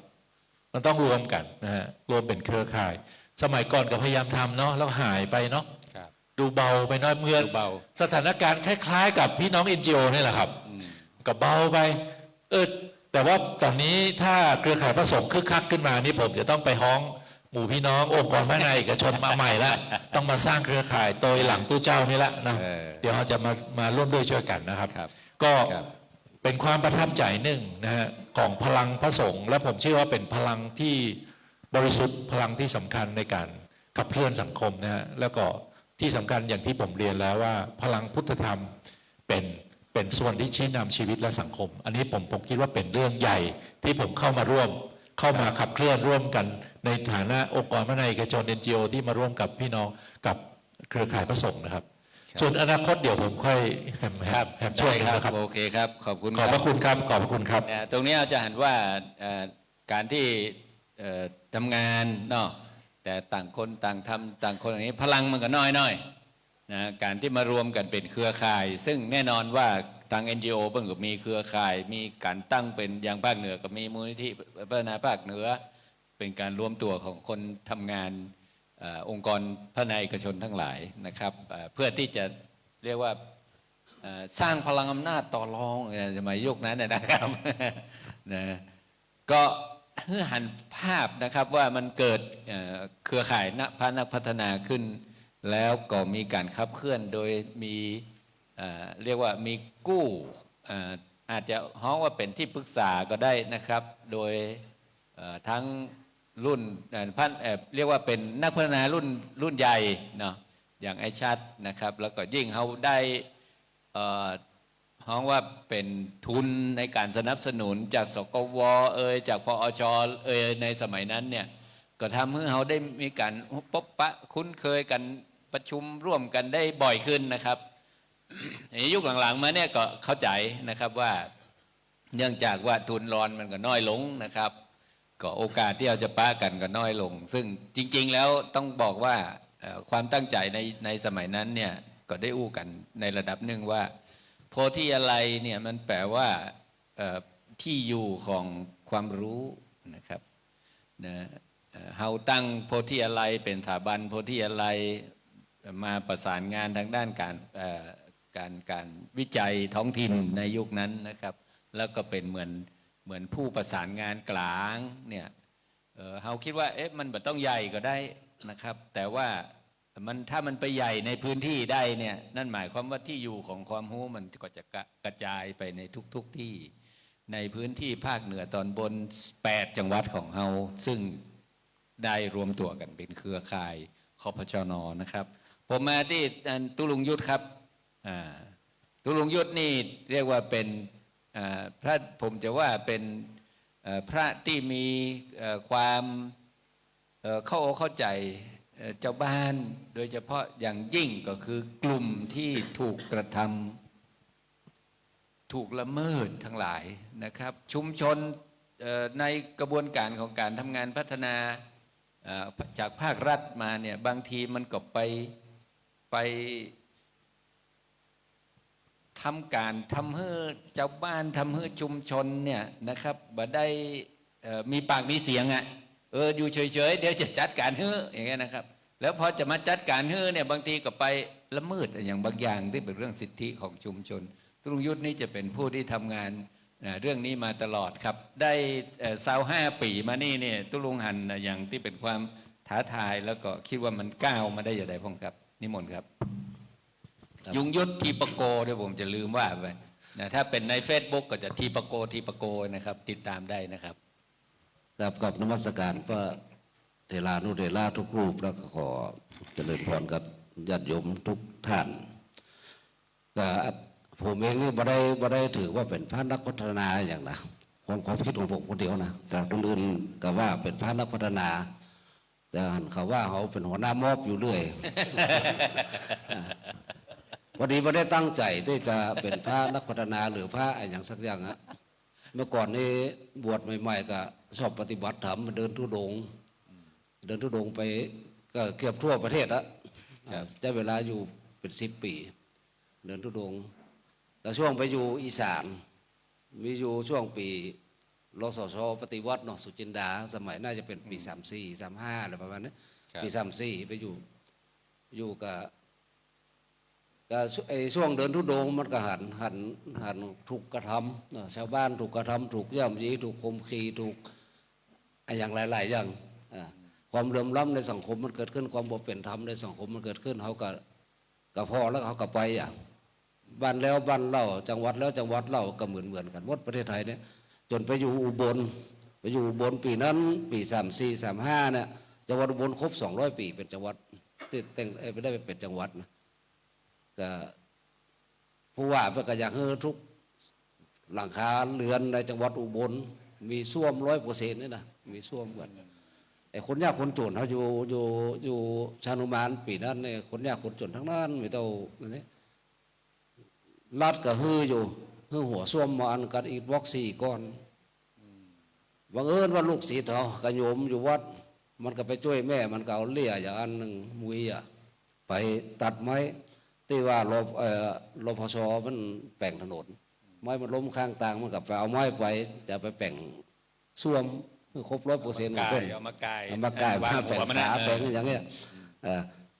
เจ้าหน้าที่รัฐตำรวจเป็นไล่แจยับไอ้นั่นมันก็บอกว่ามันบ่ผิดเพราะว่ามันอันนี้เนาะมันเป็นไม้เขาตัดแล้วเขาป้อมแล้วรพชมันป้อมรถเกตไถลึงอยู่ข้างทางมันก็ไปเอา มันก็ว่ามันบ่ผิดหลวงพ่อผมบ่ผิดเด้ป่ะมันก็ไปตัดมันบ่วิ่งตำรวจยับมันข้อหาบ่วิ่งหนีข้อหาบ่วิ่งมึงไม่วิ่งหนี ไอ้หมูวิ่งหนีนี่บัญญัติ บ่ เนาะ ยับแล้วมันก็เลยยึดเอาต้นมุยก็ขวานไปมุยก็ไปเลี่ยไปเขาก็ร้อนก็มาเล่าแม่มันก็มาปรึกษาหาหรือเป็นจังสั้นจังสี่อุตส่าห์จะทำดีเพื่อจังหวัดแล้วจะเฮือแบ่งส้วมครบ100%ของเขา นโยบายลงมาแล้ว ก็เขาก็เลยนั่งคิดเหมือนละไว้เขากินข้าวเจ้าบ้านตึงวันเนี่ย ครับ เขาจะนิ่งดูได้จะได้วะก็นั่งคิดอยู่หลายวันทั้งภาวนาพ่องประพาพ่องจนตกพึกในความคิดของตัวเก่านะว่ากูจะต้องทำมันสักอย่างกฎหมายก็พอได้เฮียนมาพ่องความรู้ก็พอมีพ่อง แต่มันเป็นนักบวชแต่ว่าเขาว่าปัจจัยหน้าที่เขากับปัจจัยภาระธุระของเขากับบ่เชิงก็จะเป็นต้องทำเพราะชาวบ้านเขาบอกมีที่พึ่งเขาก็มาอาจารย์หลวงพ่อจังสั้นจังสี่เขาก็จำเป็น ก็ต้องออกมาทำสักหน่อยสักหน่อยก็เดินทางเข้าในจังหวัดเลยวันนั้นไปเจอกับดร.ใส่สิทธิ์พรแก้วเป็นผู้ว่าพอดีซึ่งเป็นไม่มีเอาไว้เมาตอนนั้นเขาก็บอกว่ามีปัญหากับแกงไอ้ต่างปักมูลว่ะตอนนั้นก็ยังไม่ได้เข้าปักมูลนะก็ไปกับดร.ใส่สิทธิ์พรแก้วพอดีเขาหู้จักประวัติเป็นแล้วว่าเป็นเก่งพระไตรปิฎกขนาดหมอนี่นะเก่งทำวินัยเก่งอะไรอย่างไรจังก็เลยตัดตอนก็แล้วที่มาวันนี้อาตมาพูดในฐานะชาวบ้านไม่ได้พูดในฐานะพระสงฆ์นะพูดในฐานะตัวแทนชาวบ้านต้องเข้าใจตรงนี้ไว้ก่อนทำความเข้าใจไว้มันกำแรกมันใส่เฮาด้วยเป็นพระเป็นเจ้าต้องนั่งภาวนาถือศีลกินเจหรือว่าปฏิบัติธรรมกรรมฐานมันว่าพวกน่ะเขาก็ย้อนทันทีเลยนะว่าตกลงกันแล้วว่าพูดในนามชาวบ้านไอ้เรื่องศีลวินัยเนี่ยเป็นเรื่องส่วนตัวอาตมามันไม่ได้เกี่ยวกับอันนี้สักอย่างที่จะมาคุยกันวันนี้เนี่ยเราคุยเรื่องชาวบ้านเรื่องปัญหาชาวบ้านเรื่องความทุกข์ยากของชาวบ้านไอ้เรื่องเขาถือศีลภาวนาเนี่ยมันเรื่องของอาตมาจะทำไม่ทำเป็นเรื่องส่วนตัวของอาตมาถึงไม่ทำอาตมาบอกว่าทำโยมจะรู้ไหมล่ะแล้วก็ซัดกันเที่ยงกันอยู่พักหนึ่งเหมือนกันนะเป็นชั่วโมงจนมันยอมละห้องในอำเภอไปหาดูแลหลวงพ่อพระอาจารย์ให้ดีนี่นะมันว่านะที่แล้วก็ช่วยจัดการให้ท่านหน่อยภาระธุระอะไรก็ดูหน่อยนะมันห้องประวัติลัทธิลมตอนหลังมาเป็นผู้ว่าราชการจังหวัดศรีสะเกษหรือว่าบุรีรัมย์เนี่ยจำมันได้อยู่เป็นในอำเภอสมัยนั้นจากนั้นมาลาบลื่นจัดดีพอเขาถึงมันนะซัดกันตั้งหนึ่งก็ได้ใจจากนั้นมากับอาจารย์สมคิดเนี่ยวันนี้ก็ไปร่วมกันกับกลุ่มศิษยธรรมเนาะสมัยนั้นนะมีศิษยธรรมอยู่ เป็นที่ส่วนกลางก็ไปร่วมกันกับไปมาหาสู่กับอาจารย์พระครูพิทักษ์พระกยาหิ้วไปจะส่องตวนพระครูสุจินจะตวนหนึ่งตั้งเชียงใหม่เขาก็มีประจำไปบอกให้ได้รับมาก่อนนะอันนี้ก่อนย้อนก่อน15 ปีกว่านั้นครับผม ก็เลยนี่เราจะมาตั้งเป็นเครือข่ายแล้วกันก็เลยมาถามว่าทุกพึกในความคิดของตัวเก่าว่ากูจะนั่งเมื่อก่อนนั่งภาวนาอยู่ในป่านะอยู่กลางป่าอยู่ในถ้ำในเหี่ยวอยู่คนเดียวแล้วก็เลยว่าไอ้ที่เขาก่อนที่จะออกไปทำเนี่ยคิดแล้วคิดแถมแล้วว่ากูจะมาย่ำหัวคนทุกข์คนยากคนจนคนเดือดร้อนอยู่เนี่ยเหยียบหัวเขาไปขึ้นสวรรค์นิพพานอยู่คนเดียวคนมันบ่ใจใกล้ แล้วหมู่นั้นจะอยู่กันจะใด ครับ เพราะฉะนั้นนะชาตินี้บอกได้ไปนิพพานกับจ้างมันเถอะอ่าถ้ามันจะตกนรกก็ตกตัวชาวบ้านตัวคนทุกคนยากด้วยกันนะเขาก็ไปด้วยกันเลยสวรรค์นิพพานได้ก็ได้บ่ได้ก็บ่เป็นอย่างนี้นะอันนี้วิธีตอนที่คิดที่จะทำ ครับ อยู่อีสานอยู่11 ปีก็ทำทุกเรื่องทุกได้หลายเรื่องอยู่ส่วนมากก็จะเป็นเรื่องประเด็นที่ความเดือดร้อนของชาวบ้านนั้นนะที่เขามาปรึกษาแต่เขาไม่ได้ไปประเด็นเย็นๆเขาก็ทำโรงเรียนเมื่อก่อนนะทำการศึกษาทางเลือกทำมาอย่างสปะปลูกผักปลูกหญ้าอยู่ในวัดในวาอยู่เขาเนี่ยแต่ประเด็นร้อนๆที่เขามาปรึกษาหารือฮะเขาก็ช่วยไปหาเรื่องให้อยู่อันนั้นนะ ช่วยไปหาเรื่องครับ ช่วงหลังสาวกว่าปีหลังสาวเกือบ25 ปีเหมือนกันกลับมาอยู่ทางเหนือเนี่ยน่าจะ25 ปีเหมือนกันออกจากอีสานมาเนี่ยนะอยู่ต้องอยู่วังชิ้นเสาเอ็ดแล้วนะเถินแหม3กำแพงแหม1น่าจะ25พอดี ครับ กลับมาอยู่ทางเหนือก็มาร่วมกิจกรรมกับกลุ่มพระที่ความจริงตั้งใจจะไปลบอยู่กับพ่อครูสุวิจิตรนะที่วังชิ้นหมู่บ้านน้อยๆอยู่ ว่าจะบ่ยุ่งเกี่ยวกับสังคมแล้วตอนหลังมันก็จำเป็นจะสมคิดไปดึงขึ้นมาแหมไปเอารางวัลลูกโลกสีเขียวไปฮื้อแหมอย่างนั้นเขาจริงเราไปทำเหมืองทำฝายทำอะไรอย่างอยู่ ก็ไปดูแลป่าโลก ไอ้ที่ไปทำเพราะลำคาญไม่ใช่ว่าตั้งใจจะไปทำนะเขาก็ไปมาหาสู่กับพี่น้องวังชิ้นปี44เป็นน้ำท่วมดินถล่ม ครับ คืนเดียวตายไป40 กว่าศพที่สลอยนะที่ไปอยู่นะก็ผลสรุปประชุมสัมมนาแต่ละเตี้ยเป็นก็เหมือนว่าเหตุเกิดจากป่าไม้ถูกทำลายนะเป็นว่านะชาวบ้านตัดไม้ทำลายป่าผ่านไป2 ปี44ตู้ไปอยู่ผ่านไป3 ปีเขาก็เข้าออกเมื่อก่อนทำกิจกรรมอยู่ในที่เถิน ครับ ก็ว่ามันบอกว่าตัดไม้ทำลายป่ามา3 ปีแล้วก็บหันมันย่าอย่างป่าไม้กับบ่ทำอย่างสักอย่างเจ้าหน้าที่รัฐกับบหันมันทำอย่างสักอย่างที่จะเป็นกิจกรรมที่เพื่อจะไปตอบโจทย์ตรงนี้ ครับ มีแต่ว่าบอกให้เจ้าบ้านรอก่อนรอเดี๋ยวเขาจะหน่วยงานนั้นจะเอานี่มาแจกนั้นมาแจกนี่มาแจกมาเยียวยากัน3 ปี4 ปีพอจบพอสิ้นกันเลยว่าเขาก็เลยเข้าไปอยู่วังชิ้นออกจากเถินไปอยู่วังชิ้นนั่นหน่อยข้ามดอยไปหน่อยเดียวไปอยู่ก็ไปทำกิจกรรมเรื่องป่าเรื่องพวกนี้จนมีคนหันก็เรียกว่าจะบ่ทำละก็เลยไปทำอดบ่ได้ไปทำเพราะว่ามันบ่มีหน่วยงานเพราะว่ามันไม่ใช่กิจของสงฆ์อย่าไปเนี้ยอย่าไปนั่นแล้วมันเป็นกิจของฝ่ายอาจารย์สัสวานกิจของผู้ใหญ่บ้านกำนันกับหาบหันคิงทำสักเตี้ยของอบตการเรียกเขาไปแล้วกับบหันมันทำกับบอกว่าทำกับบอกว่าไม่ใช่กิจของสงฆ์มันจะได้ล้ำเลียกมูสูหาทำในฐานะหาเป็นพลเมืองคนหนึ่งของประเทศนี้บ้านนี้เมืองนี้ไม่ใช่บ้านเกิดเมืองนอนแต่ว่าเขาไปอยู่ก็ถือว่าเป็นบ้านเขาเหมือนกันนะเขาอันนี้ความคิดส่วนตัวนะครับ ก็เลยตอบโต้กันก็เป็นประเด็นเรื่องที่จะต้องถกเถียงกันจะอยู่ตลอดในวงการพระสงฆ์ครับหน่วยงานของรัฐหรือว่าคารวะบางคนบางสิ่งบางอย่างที่เราไปทำป๊อบมันอาจจะกระทบกระทั่งอย่างผมนี่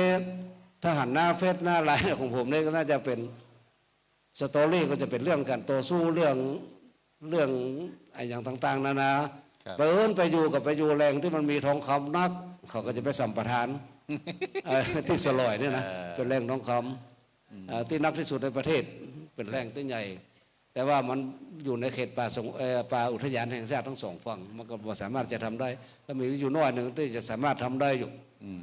เขาก็จะพยายามจะเป็นลูก จ้องและจ้องและ จ้องเขาก็นั่งอยู่บ่ได้เขาเลือกเอาที่สลอย ทับทองค เขาเลือกเอาที่วังจิ้นที่สลอยเขาว่าวังจิ้นนี่สะดวกสบายมันบอกมี NGO สำหรับว่ามันเหมือนว่าถ้าไปเอาที่เถินนี่ NGO นักอย่างน้อยก็มีแอดสีสะเก็ดสมานอยู่ฮั่นจะไปเอาสีซัดก็จะมี NGO มีผู้ใหญ่สมศักดิ์คำอย่างนั้นของที่อยู่บนโลกนั้นเขาคัดค้านอยู่ปอศพปราบก็เหมือนมันมีอยู่ NGO ำเสียมาเวียงวังจีนวังป้าตุลุกยุทธ ว่าที่นี่มันถ้าจะง่าวน้อยถ้าจะเอาที่นี้เขาก็เลยบอกว่าหาปัจจัยง่าวเด้อคิงมาเขาง่ายมาได้ไหนก็เลยออกมาสู้กันเป็นปีเป็นคนก็ ครับ จะมีแหมหลายที่ต่อสู้กับอาจารย์นี้ที่คิดว่าปิดเป็นเมืองแล้วปิดครั้งหลังสุดนี่ก็ปิดพิจิตรเนาะอาจารย์บุญช่วยนะป่าไปปิด เตียวเจอธรรมญาตรากันอยู่ ตาปิดเมืองอยู่หลัง ครับตุลุงครับขอบคุณครับ จะเห็นว่าถ้าเป็นส่วนของตุลุงยุทธนี่ก็จะมีความพิเศษหน่อย ตรงที่ว่าเนื่องจากว่าปัญหาชาวบ้านเนี่ยเนาะมันไม่ได้รับการแก้ไขจัดการโดยภาครัฐเนี่ยก็เป็นภาระที่ตุลุงจะต้องไปจัดการนะครับ ก็ไปดูแลในหลายชุมชนเนาะในการที่จะเรียกร้องความเป็นธรรมเรียกร้องเกิดการดูแลชาวบ้านอย่างเรียกว่าอย่างทั่วถึงเท่าเทียมประมาณนั้นนะครับก็อาจจะดูเป็นสายลุยน้อยหนึ่งนะครับต้องมาต่อไปที่อันพระอาจารย์สาธิตนะครับนะถ้าเป็นสายลุยๆนี่นะครับเพราะเวลาจะไปไหนเนี่ยสองตนนี่ก็มักจะไปด้วยกันครับ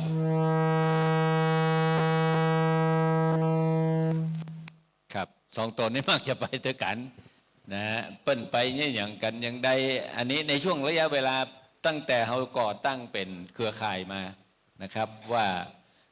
กิจกรรมกิจการความท้าทายของที่พระอาจารย์สาธิตได้หันนะครับในฐานะที่เป็นคนอยู่กับทองเหมือนกันแต่เป็นทองสีดำครับ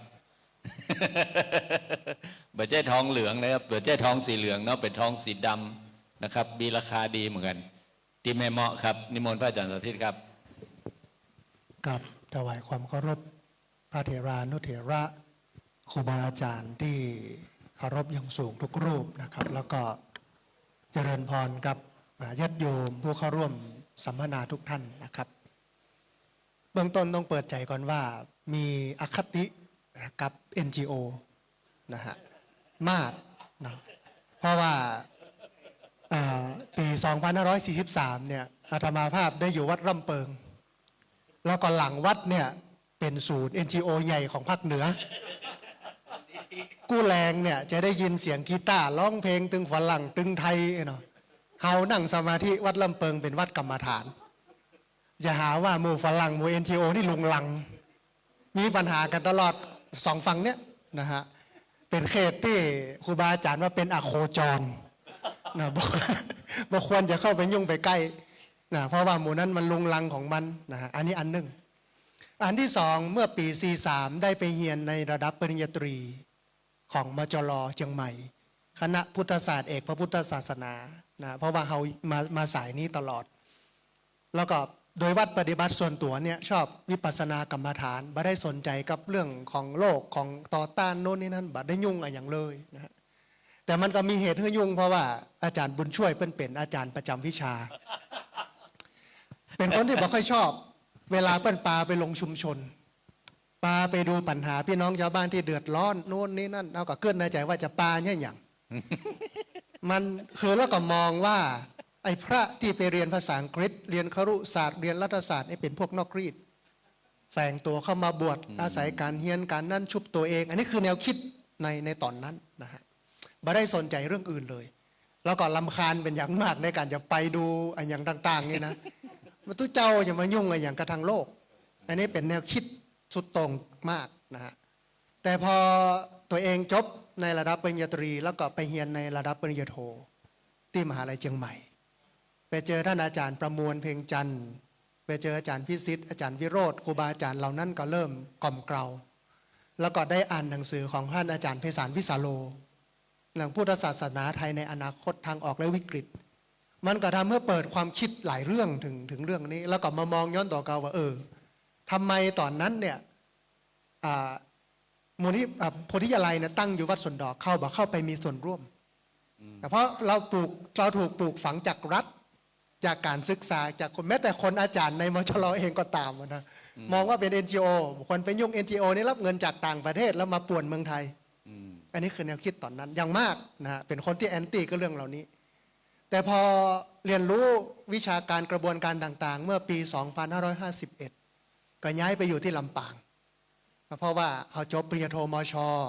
เขาพอที่จะมีความรู้มีความสามารถเอาความรู้ที่มีอยู่เนี่ยไปพัฒนาพื้นที่แต่ปรากฏว่าไม่ได้ใช้เลยเพราะความรู้ที่เรียนมาเนี่ยเป็นพุทธศาสตร์เป็นพุทธศาสตร์ทั้งนั้นสังคมปี51แม่เมาะเนี่ยพอดีว่าปีนั้นเนี่ยมันมีเงินงบประมาณจากกองทุนรอบโรงไฟฟ้าโรงไฟฟ้าเพิ่นมีกองทุนให้คนที่อยู่ใกล้โรงไฟฟ้าในระยะ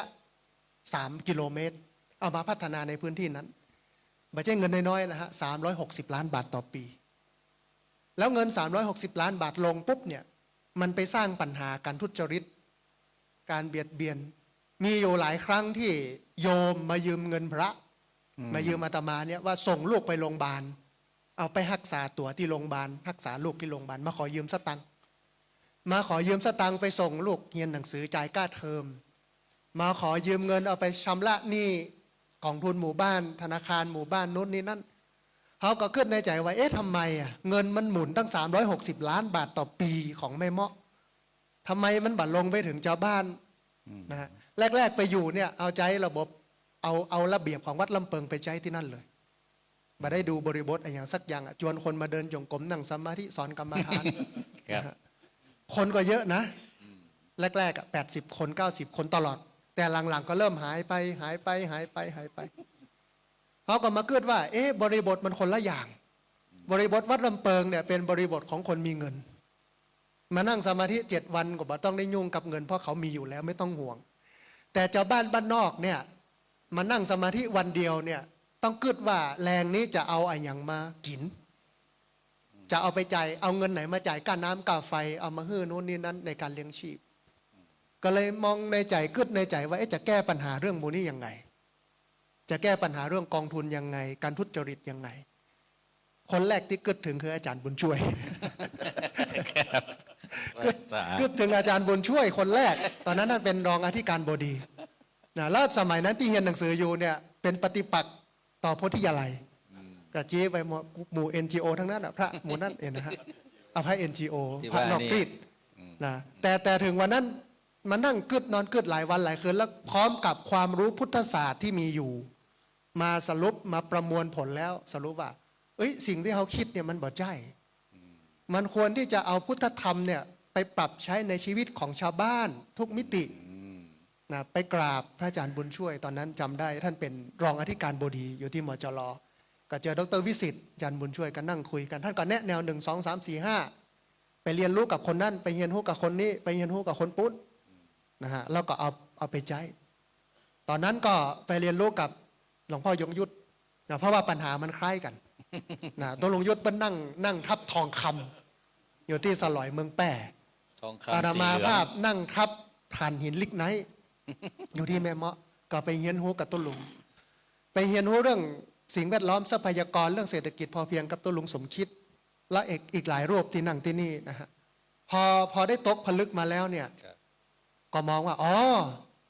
ไอการที่คนหนึ่งจะรู้จะเข้าใจและจะเปลี่ยนความคิดได้เนี่ยมันต้องเจอประสบการณ์ตรงนะผมมีตัวอย่างอดีตเจ้าคณะจังหวัดลำปางรูปหนึ่งตอนนั้นผมทำเรื่องบวชป่าปลูกป่าสร้างฝายที่ลำปางปตท. SCG มันหนุนผมคนเยอะมากเอานายอำเภอเอาผู้ว่ามาบวชป่าปลูกป่าสร้างฝายมีโทรศัพท์มาจากเลขาเจ้าคณะจังหวัดบอกว่าหลวงพ่อเรียกเขาพบผมก็บ่เคยหู้จักเพิ่นเลยบ่เคยไปหาบ่เคยไปสนใจเพราะผมอยู่กับพื้นที่อันหนึ่งคือผมคุยกับเพื่อนที่เรียนด้วยกันตอนนี้เป็นพระเถระเนาะเป็นเจ้าคณะเป็นอะไรอย่างผมว่าผมไม่รับตำแหน่งสมณศักดิ์ใดๆทั้งสิ้นนะผมเป็นพระธรรมดาเนี่ยไม่เอาสมณศักดิ์ไม่เอาตำแหน่งใดๆทั้งสิ้นอู้กันตั้งแต่ปี43นะฮะอยู่ๆเจ้าหน้าจังหวัดฮ้องไปพบกันนั่งเกิดในใจว่ามันจะยังไงฮะเมื่อไปถึงปุ๊บเปิ้นชี้หน้าด่าผมเลยว่าไอ้ที่ทำอยู่ไม่ใช่กิจของสงฆ์อย่าไปเนี่ยมันเนี่ยอย่างงานของตัวเจ้ามีเปลือกคิดเตอร์6 ด้านเนี่ย1 2 3 4 5 6ทำไมไม่ทำมาทำงานอะไรอย่างนี้ผมก็ครับกลับออกมาแต่ก็ทำเหมือนเดิมนะผมดื้อหน่อยลึงนะฮะครับแต่นึกว่าจะไปเนี่ยแล้วนะมีอยู่วันหนึ่งพ้องไปแห่มรอบหนึ่งปรากฏว่าไปถามวิธีการทำเนี่ยอย่างใดเนี่ยอย่างหมูเนี่ยแล้วผมไปสืบมาพระว่าแกก็ไปทำบวชป่าเหมือนกันหลังจากที่ด่าผมแล้วไปเมินนานละโดยอำนาจของเจ้าคณะจังหวัดเนี่ยแกก็ไปทำบวชป่าปลูกป่าสร้างไว้แต่ปรากฏว่าล้มเหลวป้ายที่ขึ้นก็ถูกตัดนะผ้าที่เอาไปมัดก็ถูกตัดมีแถวปืนยิงต้นไม้อนุนี่นั่นนะแกก็ห้องไปถามผมก็เล่าฟัง1 2 3 4 5จากประสบการณ์ที่ได้ไปเรียนรู้กับครูบาอาจารย์มันยากขึ้นหลวงพ่อครับผมกับสะดุ้งมาลายใดคนเท่าที่มาลายใดวะไปย่างหลวงพ่อก มันต้องเริ่มที่งบน้อยหนึ่งฮะในการเดินทางผมบ่มีปัญหาเดี๋ยวจะให้เจ้าคณะอำเภอทุกอำเภอมาตอดผ้าป่าแล้วเอาไปใช้นะเอาไปทำก็ไปทำอยู่ประมาณสัก2 เดือนครับแล้วปรากฏว่าได้ผลนะได้ผลแล้วก็การตอบรับดีมากโน้นนี่นั่นก็เป็นระดับจังหวัดใหญ่แกก็เอาผมเนี่ยมาทำงานด้านสิ่งแวดล้อมของจังหวัดลำปางในตอนนั้น แต่ท่านมรณภาพไปแล้วนะฮะผมมองว่าการที่คนคนหนึ่งจะเปลี่ยนแนวคิดเนี่ยมันต้องเจอกับประสบการณ์ตรง ผมถือว่าผมมีคนมีบุญเนาะถ้าผมมาได้ไปอยู่ลำปางเมื่อปี 2551 เนี่ยมาได้ไปเจอปัญหาของโรงไฟฟ้าแม่เมาะมาได้ไปเจอปัญหาของพี่น้องชาวบ้านเนี่ยผมก็เลยบอกฮู้เลยว่าพี่น้องชาวบ้านเป็นอยู่ยังไงอยู่วัดลำเปิงสบายนะครับผมอยู่วัดลำเปิงเนี่ยผมดูแลการอบรมของวัดลำเปิงทั้งหมดผมเติบโตมาจากการอบรมเยาวชนอบรมคนจากการไฟฟ้าจากปตทจากนู่นนี่นั่นเยอะเข้าวัดลำเปิงผมเป็นคนดูแลทั้งหมดนะฮะการอบรมแต่เขาก็เก่งเรื่องนี้แต่พอเอามาประยุกต์ใช้กับพื้นที่มันคนละเรื่องเพราะปัญหาพื้นที่มันเป็นปัญหาอีกแบบหนึ่งมันก็เลยทำให้ผมได้ไปเรียนรู้งานของอาจารย์ไพศาลเรียนรู้งานกับครูบาอาจารย์หลายรูปพอได้ไปเรียนรู้แล้วปุ๊บก็เอามาใช้แล้วมันได้ผลแล้ววันนี้ก็กำลังเจริญรอยตามหลายเรื่อง เช่นตั้งมูลนิธิผมเพิ่งตั้งมูลนิธิผ่านมาเห็นครูบาอาจารย์เป็นตั้งมูลนิธิเพื่อมาซัพพอร์ตงานที่ทำอยู่นะทำหลายเรื่องหลายอย่างแล้วก็เดี๋ยวจะตั้งวิสาหกิจนะตัวลุงสมคิดเป็นต้นแบบของเรื่องวิสาหกิจไปอยู่ไปกินไปนอนกับตัวลุงสมคิดนานมากกับตัวลุงยุทธขึ้นดอยลอยห้วยนะโดนเกือบถูกตำรวจจับนะที่วัดสวนดอกนะตอนนั้นงานก้าวแรกตอนนั้นอาจารย์บุญช่วยเป็นพระอาจารย์บุญช่วยเพิ่นมีเทคนิคเพิ่นแขวนบัตรที่ปรึกษากรมนมันมีไข่กล้าไปแตะนะผมก็อยู่นั่น4 ปีผมรู้ว่าช่องไหนออกตรงไหนยังไงนะผมรู้ทางดีทีแรกตัวลงยุทธบอกรู้ตอนผมน้ำมนต์มัดมือเนี่ยเรียบร้อยนะแล้วแกก็ไปเข้าห้องน้ำปรากฏว่าตำรวจทหารไปรวบแกหน้าห้องน้ำคนรวบก็คือคนที่มัดมือให้มัดตุลงยศก็บอกว่าอธิบายจนเข้าใจนะฮะนี่คือสิ่งที่ได้เรียนรู้แล้ววันนี้ผมก็มาทำงานเรื่องสิทธิมนุษยชนหลายเรื่องวันนี้เป็นวันครบรอบ10 ปีที่การไฟฟ้าจ่ายเงินชดเชยให้กับพี่น้องแม่เมาะที่ได้รับผลกระทบจากซัลเฟอร์ไดออกไซด์เมื่อ10 ปีที่แล้วผมกับตุลงยศเนี่ยไปอยู่ที่ศาลปกครองเชียงใหม่ไปฟังคำพิพากษาของศาลในการชดเชยเงินให้กับพี่น้องแม่เมาะที่ได้รับซัลเฟอร์ไดออกไซด์เข้าสู่ร่างกายนะฮะครบรอบ10 ปีวันนี้พอดีกับตุลงยุทธในรถมาว่าเนี่ยมันครบรอบ10 ปีพอดีในวันเนี้ยนะที่เราได้มางานเครือข่ายพระสงฆ์นะฮะอันนี้ก็เป็นประสบการณ์ส่วนหนึ่งแล้วก็เดี๋ยวงานต่อไปก็จะได้เรียนถวายครูบาอาจารย์ว่าจะเนี่ยอย่างไรวิธีการมีอย่างไรแต่ว่าผมว่าการเรียนรู้จากประสบการณ์ตรงมันทำให้เกิดการเปลี่ยนแปลงครับนะถ้าคนบางคนพระผู้ใหญ่ทำไมไม่เปลี่ยนแปลงเพราะท่านไม่มีประสบการณ์ตรงตอนเช้าฉันเช้าก็ตุลุงสมคิดกับว่าพระผู้ใหญ่เปิ้นบอกฮู้เรื่องนี้เพราะเปิ้นบ่ได้มาเจอสิ่งเหล่านี้มีแต่เฮานี่แหละที่อยู่กับเจ้าบ้านที่จะต้องเจอกับเจ้าบ้านเนี่ยเฮาถึงฮู้แต่เฮาบ่ได้ไปเป็นพระผู้ใหญ่ไงนะแต่เปิ้นไม่รู้เรื่องอะไรเลยแต่เป็นพระผู้ใหญ่มันก็เลยซับกันว่าก็ในใจว่าหมู่นี้ถ้าได้ไปเป็นพระผู้ใหญ่เนี่ยปันอี้เนี่ยประเทศไทยศาสนามันเจริญไปแล้วนะแต่ก็ยังว่ามันเป็นไปไม่ได้นะประมาณนี้ครับครับผมขอบคุณครับอาจารย์สาธิตครับนะจะหันว่าเรื่องราวนะครับของการที่จะเข้าที่จะเป็นพระนักพัฒนาหรือทำงานพัฒนาได้อย่างเรียกว่าเขาอาจจะบอกมาได้ว่าประสบความสำเร็จแค่ไหนนะครับแต่ว่าได้ทำงานและก็งานนั้นก็มีผลต่อเจ้าบ้านนะครับเกิดความสุขความเจริญกับเจ้าบ้านตามหลักทางพุทธศาสนานะครับที่พระพุทธเจ้าบอกให้ทุกเจ้าออกไปทำประโยชน์เนาะเพื่อประโยชน์เพื่อความสุขของมหาชนหรือของพหูชนและเพื่ออนุเคราะห์สงเคราะห์ชาวโลกอันนี้คือต้องมีประสบการณ์ต้องสามารถที่จะเข้าใจเจ้าบ้านจริงๆนะครับแล้วก็จะออกแบบงานทำงานในการทำงานพัฒนาได้อย่างมีประสิทธิภาพนะครับมาที่พระอาจารย์ธานีครับผมพระอาจารย์ธานีนี่ก็เป็นนักวิชาการว่าอย่างนี้ได้เลยนะครับเพราะพระอาจารย์ได้ทำงานวิจัยที่เกี่ยวข้องกับเรื่องของการแก้ไขปัญหาความยากจนนะครับ ที่พระสงฆ์นักพัฒนาเปิ้นทำกันอยู่ในพื้นที่นะครับแล้วท่านก็ไปทำของท่านเองนะครับที่สถานปีกวิเวกนะที่เวียงแหงนะครับเป็นพระที่อยู่เวียงแหงเกิดเวียงแหง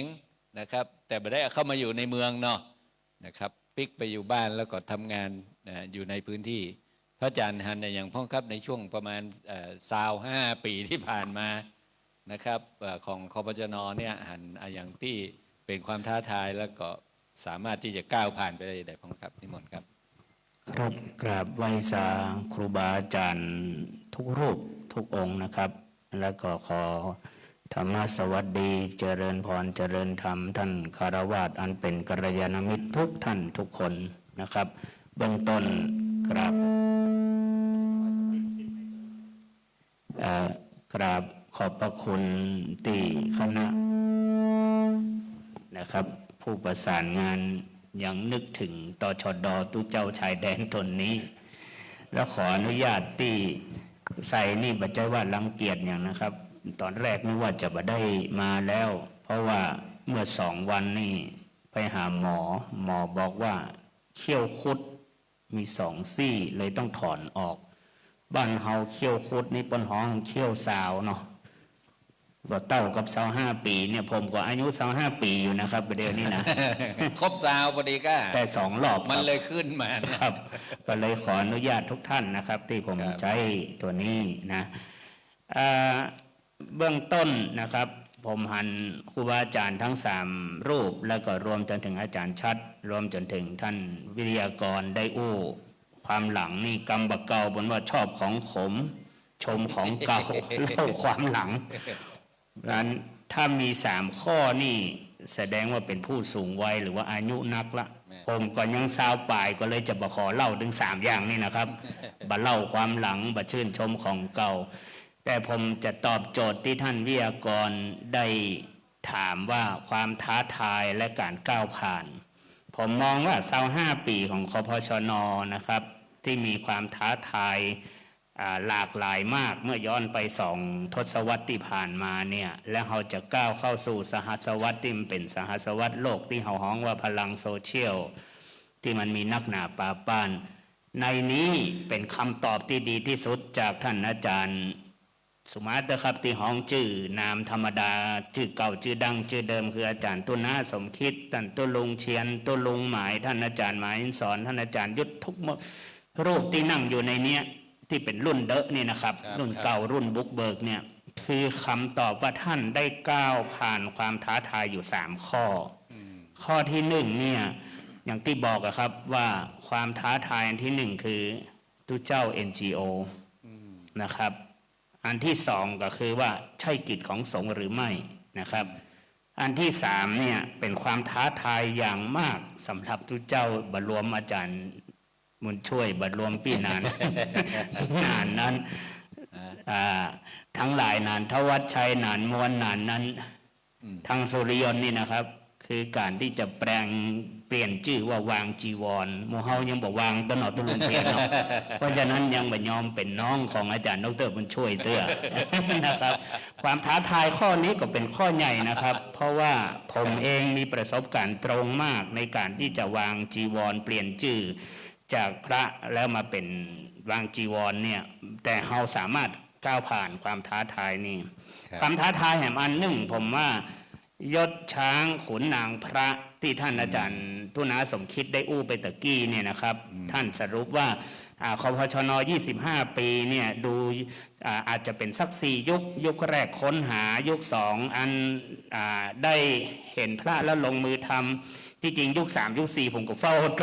รอตุนาจะถามจะมีอย่างยุค3 ยุค 4แต่ผมหันยุคคพชน25 ปีหลังจาก2มาแล้วคือลงมือทำแล้วก็หลายท่านก็ถอนซึ่งอาจจะถอนด้วยสถานภาพจะถอนด้วยเนื้อหาประเด็นการทำงานอย่างก็ได้นะแต่ว่ามายุคที่4ของคพชนเนี่ยเรากำลังเปลี่ยนผ่านที่จะเอาเรื่องที่อู้กับอาจารย์ดร.บุญช่วยตะกี้คือบริบทของการศึกษาขั้นพื้นฐานละซึ่งถ้าเราไปดูเป้าหมายการพัฒนาสหัสวรรษใหม่เนี่ยนะครับ Millennium Development Goal เนี่ยเป้าหมายการพัฒนาศตวรรษใหม่เนี่ยข้อ1 ใน 8เนี่ยมันจะมีเรื่องการให้การศึกษาขั้นพื้นฐานโดยให้มันครอบคลุมหมายถึงในโลกเนี้ยบอกว่าคุณจะอยู่ในชนชาติไหนเนี่ยขอให้ได้รับการศึกษาขั้นพื้นฐานแล้ว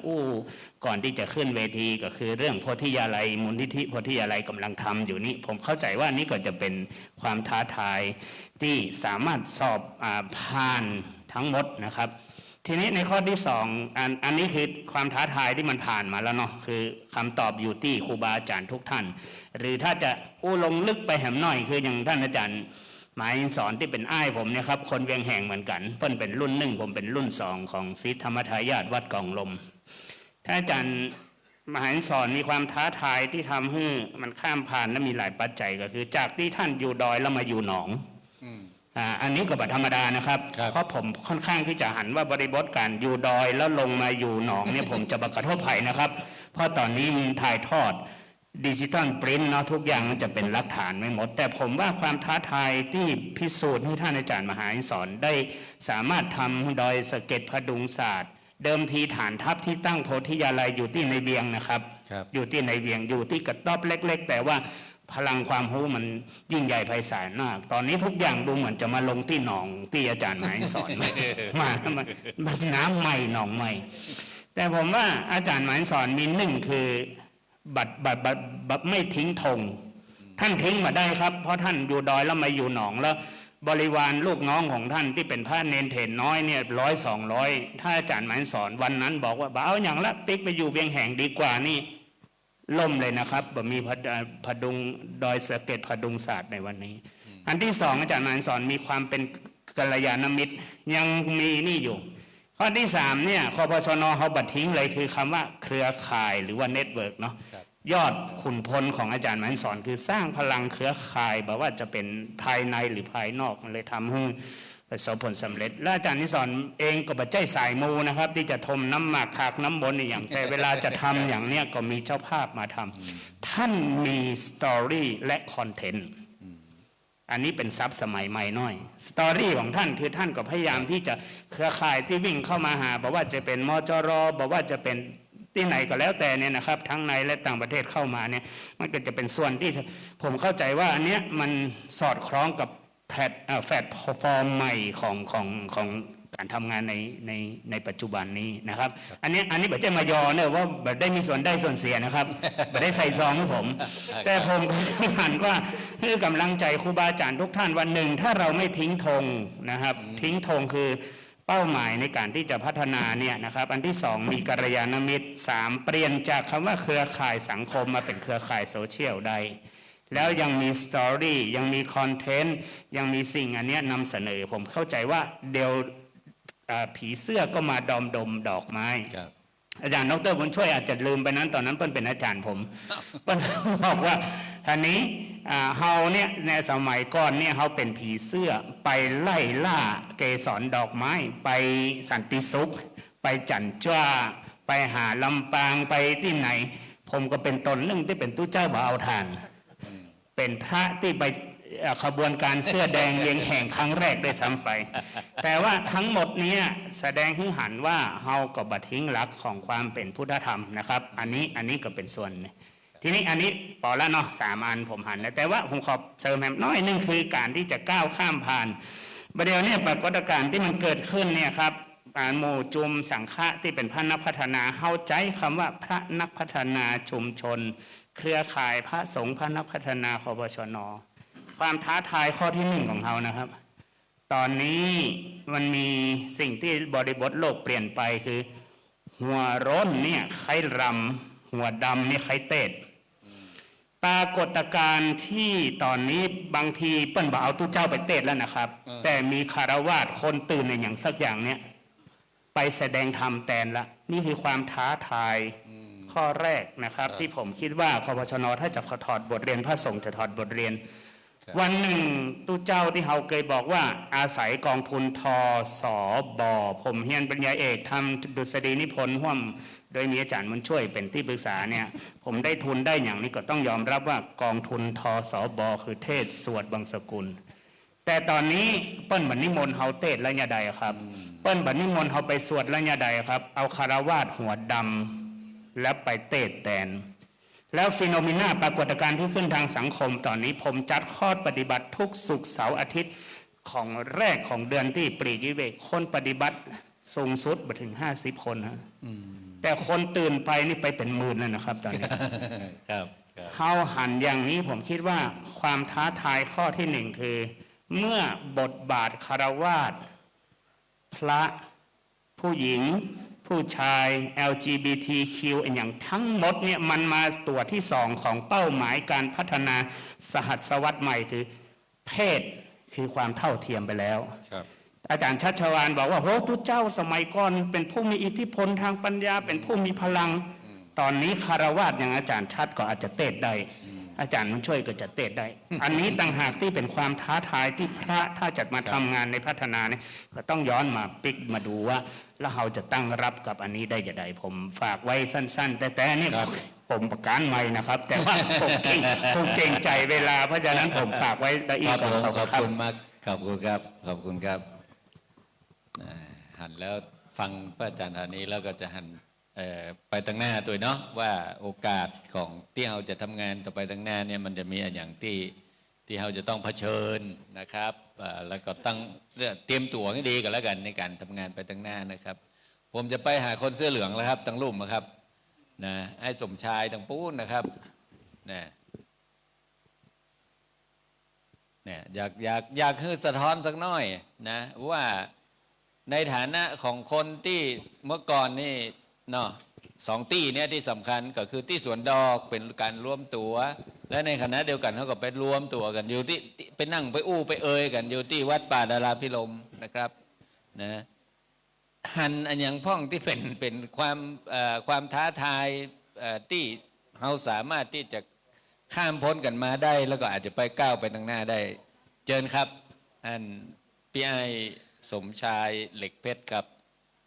ครับกับรัตนาพระคุณเจ้านะครับกับเรียนทุกท่านนะครับแล้วก็ผู้เข้าร่วมประชุมทุกคนนะครับผมสมชายเหล็กเพชรนะครับเป็นอดีตนะครับเจ้าหน้าที่ทำงานกับพระเดชพระคุณหลวงปู่นะครับพระพุทธพจนวราภรณ์หรือหลวงปู่จันทร์กุศโลนะครับมาเป็นระยะเวลา38 ปีนะครับเดิมเป็นคนจังหวัดตราดครับมาใจคนเมืองนะครับมาอยู่ที่นี่นะครับก็งานแรกที่ขึ้นมาอยู่ที่เชียงใหม่เนี่ยก็ได้รับพระองค์ได้รับบทบาทเพื่อมาทำหน้าที่เป็นเจ้าหน้าที่ฝ่ายประสานงานพระสงฆ์กับการพัฒนา อันนี้คือหน้าที่แรกเลยที่ผมได้ขึ้นมานะคือผมเป็นวอลเลนทีเป็นอาสาสมัครนะครับจากคอสเป็นรุ่นที่8รุ่นน้องลุงชัดลุงชัดนี่รุ่น1ผมรุ่น8นะครับก็ขึ้นมาอยู่ที่นี่ก็จุดประสงค์ครั้งแรกเลยก็คือพระเดชพระคุณหลวงปู่เนี่ยมองเห็นว่าพระสงฆ์เนี่ยอันนี้ความคิดหลวงปู่นะมองเห็นว่าพระสงฆ์เนี่ยส่วนใหญ่แล้วนะครับก็จะมีทักษะองค์ความรู้เรื่องของธรรมะนะครับเรื่องของการสั่งสอนญาติโยมต่างๆทีนี้พระสงฆ์ส่วนใหญ่เนี่ยอยู่ในชุมชนนะครับการทำงานกับชาวบ้านเนี่ยบางครั้งมีความจำเป็นจะต้องเพิ่มทักษะเรื่องงานพัฒนาเรื่องของระบบคิดแนวคิดนะครับก่อนที่ผมเนี่ยได้ทำหน้าที่ซึ่งมาใหม่ๆตอนนั้นจะมีแห่ม2 องค์กรที่ร่วมกันนะครับก็คือสพพคณะกรรมการศาสนาเพื่อการพัฒนาของอาจารย์สอกับโครงการศาสนสัมพันธ์และสันติภาพของ YMCA นะครับซึ่งมีตอนนั้นมีอาจารย์เดชาอาจารย์เมาะเนาะเดชาเตียงเกตกับมหาเอกบุญนาคจอมธรรมนะครับนี่นึกย้อนหลังไว้นะยังจำได้เนาะก็ร่วมกิจกรรมนะครับแล้วก็เริ่มต้นจากที่พระสงฆ์ยังบ่มีกลุ่มนะครับผมมาทำงานก็เริ่มได้ทำหน้าที่นะครับไปประสานงานจัดกิจกรรมต่างๆนะครับตอนแรกๆก็เป็นลักษณะถวายความรู้นะครับนิมนต์พระสงฆ์มาแต่ละเรื่องทั้งที่วัดป่าจัดบ่อยที่สุดก็คือที่วัดป่าแล้วก็จัดที่วัดอุโมงค์นะครับจัดที่มจรนะครับจัดหลายๆที่นะครับก็มีกลุ่มพระสงฆ์นักขึ้น ทีนี้พอทำมาเนี่ยก็มีความคิดว่าหลวงปู่บอกว่าอยากจะให้พระสงฆ์เนี่ยสืบทอดนะครับงานหลวงปู่แนวคิดการทำงานนะครับก็เลยได้อาราธนาพระสงฆ์พระคุณเจ้าที่ร่วมงานกันอยู่เนี่ยนะครับไปศึกษาดูงานที่ภาคอีสานซึ่งตอนนั้นมีหลวงพ่อคำเขียนพระอาจารย์บัญญัติแล้วก็ที่พระครูอย่างที่อำเภอคงเนาะบัญญัติอนุตตโลอำเภอคงแล้วก็หลวงพ่อนานนะครับที่สุรินทร์นะครับปิกมาก็มาตั้งรวบรวมกันมาตั้งกลุ่มชื่อว่ากลุ่มสังฆพัฒนาชุมชนล้านนาซึ่งหลวงปู่เป็นคนตั้งให้นะครับเมื่อวันที่8 มกราคมปี 32อันนี้ตั้งกลุ่มสังฆะแล้วจากนั้นนะครับคำว่าล้านนาเพราะว่ามีพระสงฆ์เนี่ยไม่ใช่แค่เชียงใหม่นะครับมีพะเยามีน่านตอนนั้นหลวงพ่อพระประหลัดสงวนท่านอาจารย์วาดเนาะพระอาจารย์ทักษิณที่ลำปางแล้วก็พระอาจารย์เกรียงไกรที่ดอกคำใต้ประเดี๋ยวนี้ท่านจะเป็นสมณศักดิ์เป็นอย่างคนอาจจะเป็นเจ้าคณะอำเภออย่างนี้นะครับค่อนข้างที่จะนักพอสมควรรวบรวมพระสงฆ์ได้บัดต่ำกว่า60 รูปนะครับตอนนั้นก็ทำงานกันมาเรื่อยๆแล้วก็ช่วงหลังมาก็มีหลวงพ่อท่านดร.ท่านพระครูวิเชียรนะครับก็เข้าไปร่วมกิจกรรมกันในกลุ่มโดยตอนนั้นพระเดชพระคุณหลวงปู่ยังอยู่เนาะยังไม่ได้ไปไหนก็ยังเป็นฐานเป็นกำลังใจให้กับกลุ่มพระต่างๆนะครับแล้วก็หลวงพ่อเจ้าคุณโพหลวงพ่อเจ้าคุณอุดมวัดบุพารามนะครับคือรุ่นนั้นเนี่ยเรียกว่าป้นห้องว่าอย่างก็ปรมาจารย์เรื่องงานพัฒนาของพระสงฆ์กำลังเฟื่องฟูนะครับเขาก็ผมก็เข้าไปทำงานนะครับแล้วก็มีการล้มกลุ่มแล้วก็มาปะท่านมหาอินทร์สอนรุ่นใหม่ๆนะครับพระรุ่นใหม่ๆแล้วก็ผมก็ทำงานมาอยู่หลายปีพอสมควรเกี่ยวกับงานพระสงฆ์ช่วงหลังมาก็ปรับงานนะครับก็มาเป็นอาจารย์จำนงเนาะจำนงศิลป์ทรงสุขมีแฮมหลายคนอยู่ครับที่มาสืบงานต่อผมที่หลังนะครับก็เท่าที่ได้สัมผัสงานของพระสงฆ์เนี่ยซึ่งปัจจุบันนี้นะครับมูลนิธิเองได้มียุทธศาสตร์ในการที่จะสนับสนุนนะครับซึ่งมีอาจารย์ชัดเนี่ยเปิ้ลเป็นกรรมการบริหารอยู่มีอาจารย์อ้วนที่เป็นสวของเชียงใหม่เฮาเนาะตอนนี้ก็คือพ้นห้องว่ามียุทธศาสตร์ในการสนับสนุนแล้วก็ฟื้นฟูซึ่งมันก็สอดคล้องกันพอดีที่ผมมาวันนี้ผมก็จะมาล้ำลึกความหลังตัวเนาะแล้วก็ไข่คนก่อนๆเก่าๆนี่ไข่ยังอยู่พ่องบ่อยู่พ่องอย่างใดก็คือมันนี่ก็คือมันจุดเริ่มต้นแต่ว่างานสังฆพัฒนาเนี่ยก็ได้เริ่มมาตั้งแต่ปลายปีที่ผ่านมาละนะครับจนถึงปัจจุบันนี้นะครับขอบคุณครับครับผมขอบคุณครับมีน้องไอ้อ้วนอยู่นี่ตัวนี้ท่านพระอาจารย์จำเริญเปิ้ลจะได้เปิ้ลไปช่วยที่อันนี้ตัวนะตอนนี้นะไปช่วยที่วัดแต่ป่าดาราพิรมตัวนะครับนี่ก็คือการที่งานที่มันค่อยๆผ่อนลงในระยะหนึ่งเนี่ยคิดว่าในระยะต่อไปนี่ก็น่าจะมีการเขาจะว่าเฟื่องฟูก็จะว่าได้อยู่นะมันเป็นอนาคตเนาะเป็นความคาดหวังนะครับตั้งอันผมมาตั้งไอ้ต๋อมนี่ไอ้ต๋อมก็ดูแลถ้าจะว่าไปก็คือดูแลประคบประงมนะเพราะว่าคอยอันนี้นะคอยอันนี้ไปตั้งใดดีเนี่ยเป็นนักอันนี้หรอวิเคราะห์ยุทธศาสตร์ต่างๆหรอก็ช่วยงานดูงานของพระสงฆ์ไปทำแล้วทำเป็นจะได้อย่างต่างๆเนี่ยไอ้ต๋อมก็จะเป็นคนช่วยดูแลในส่วนนี้นะครับเพื่อให้เราไปในทิศทางที่ถูกต้องในลักษณะที่เป็นเชิงวิชาการนักขึ้นนะครับเชิญครับครับอารัตนาพระเป็นเจ้าทุกท่านนะครับแล้วก็เพื่อนๆนะครับแล้วก็พี่ชับตัวนะครับที่ได้มีโอกาสได้เจอที่ขอบคุณมากผมสั้นๆอย่างนี้ฮะก็คือดีใจตอนที่พี่นานทศชัยทับถามมาว่าว่างไหมอะไรผมก็โอ้พอนึกขึ้นได้ว่านานมากมาแล้ว นานมากมาแล้วจริงๆก็จริงๆแล้วก็ผมเล่าสั้นๆอย่างนี้ก็คือเข้ามาตรงนี้ยังไงก็คือว่าผมน่าจะเริ่มต้นจากพระอาจารย์เกียรติศักดิ์ท่านอาจารย์เกียรติศักดิ์ตอนที่ท่านอาจารย์เกียรติศักดิ์ยังอยู่ที่วัดศรีโสดาผมเข้าใจว่าผมมีโอกาสได้เรียนรู้ จริงๆต้องบอกอย่างนี้ผมมีต้นทุนกับเรื่องความเข้าใจเรื่องทางศาสนาเรื่องพระอาจารย์เรื่องพระเรื่องน้อยมาก แล้วก็ยิ่งไม่ใช่คนทางเหนือด้วย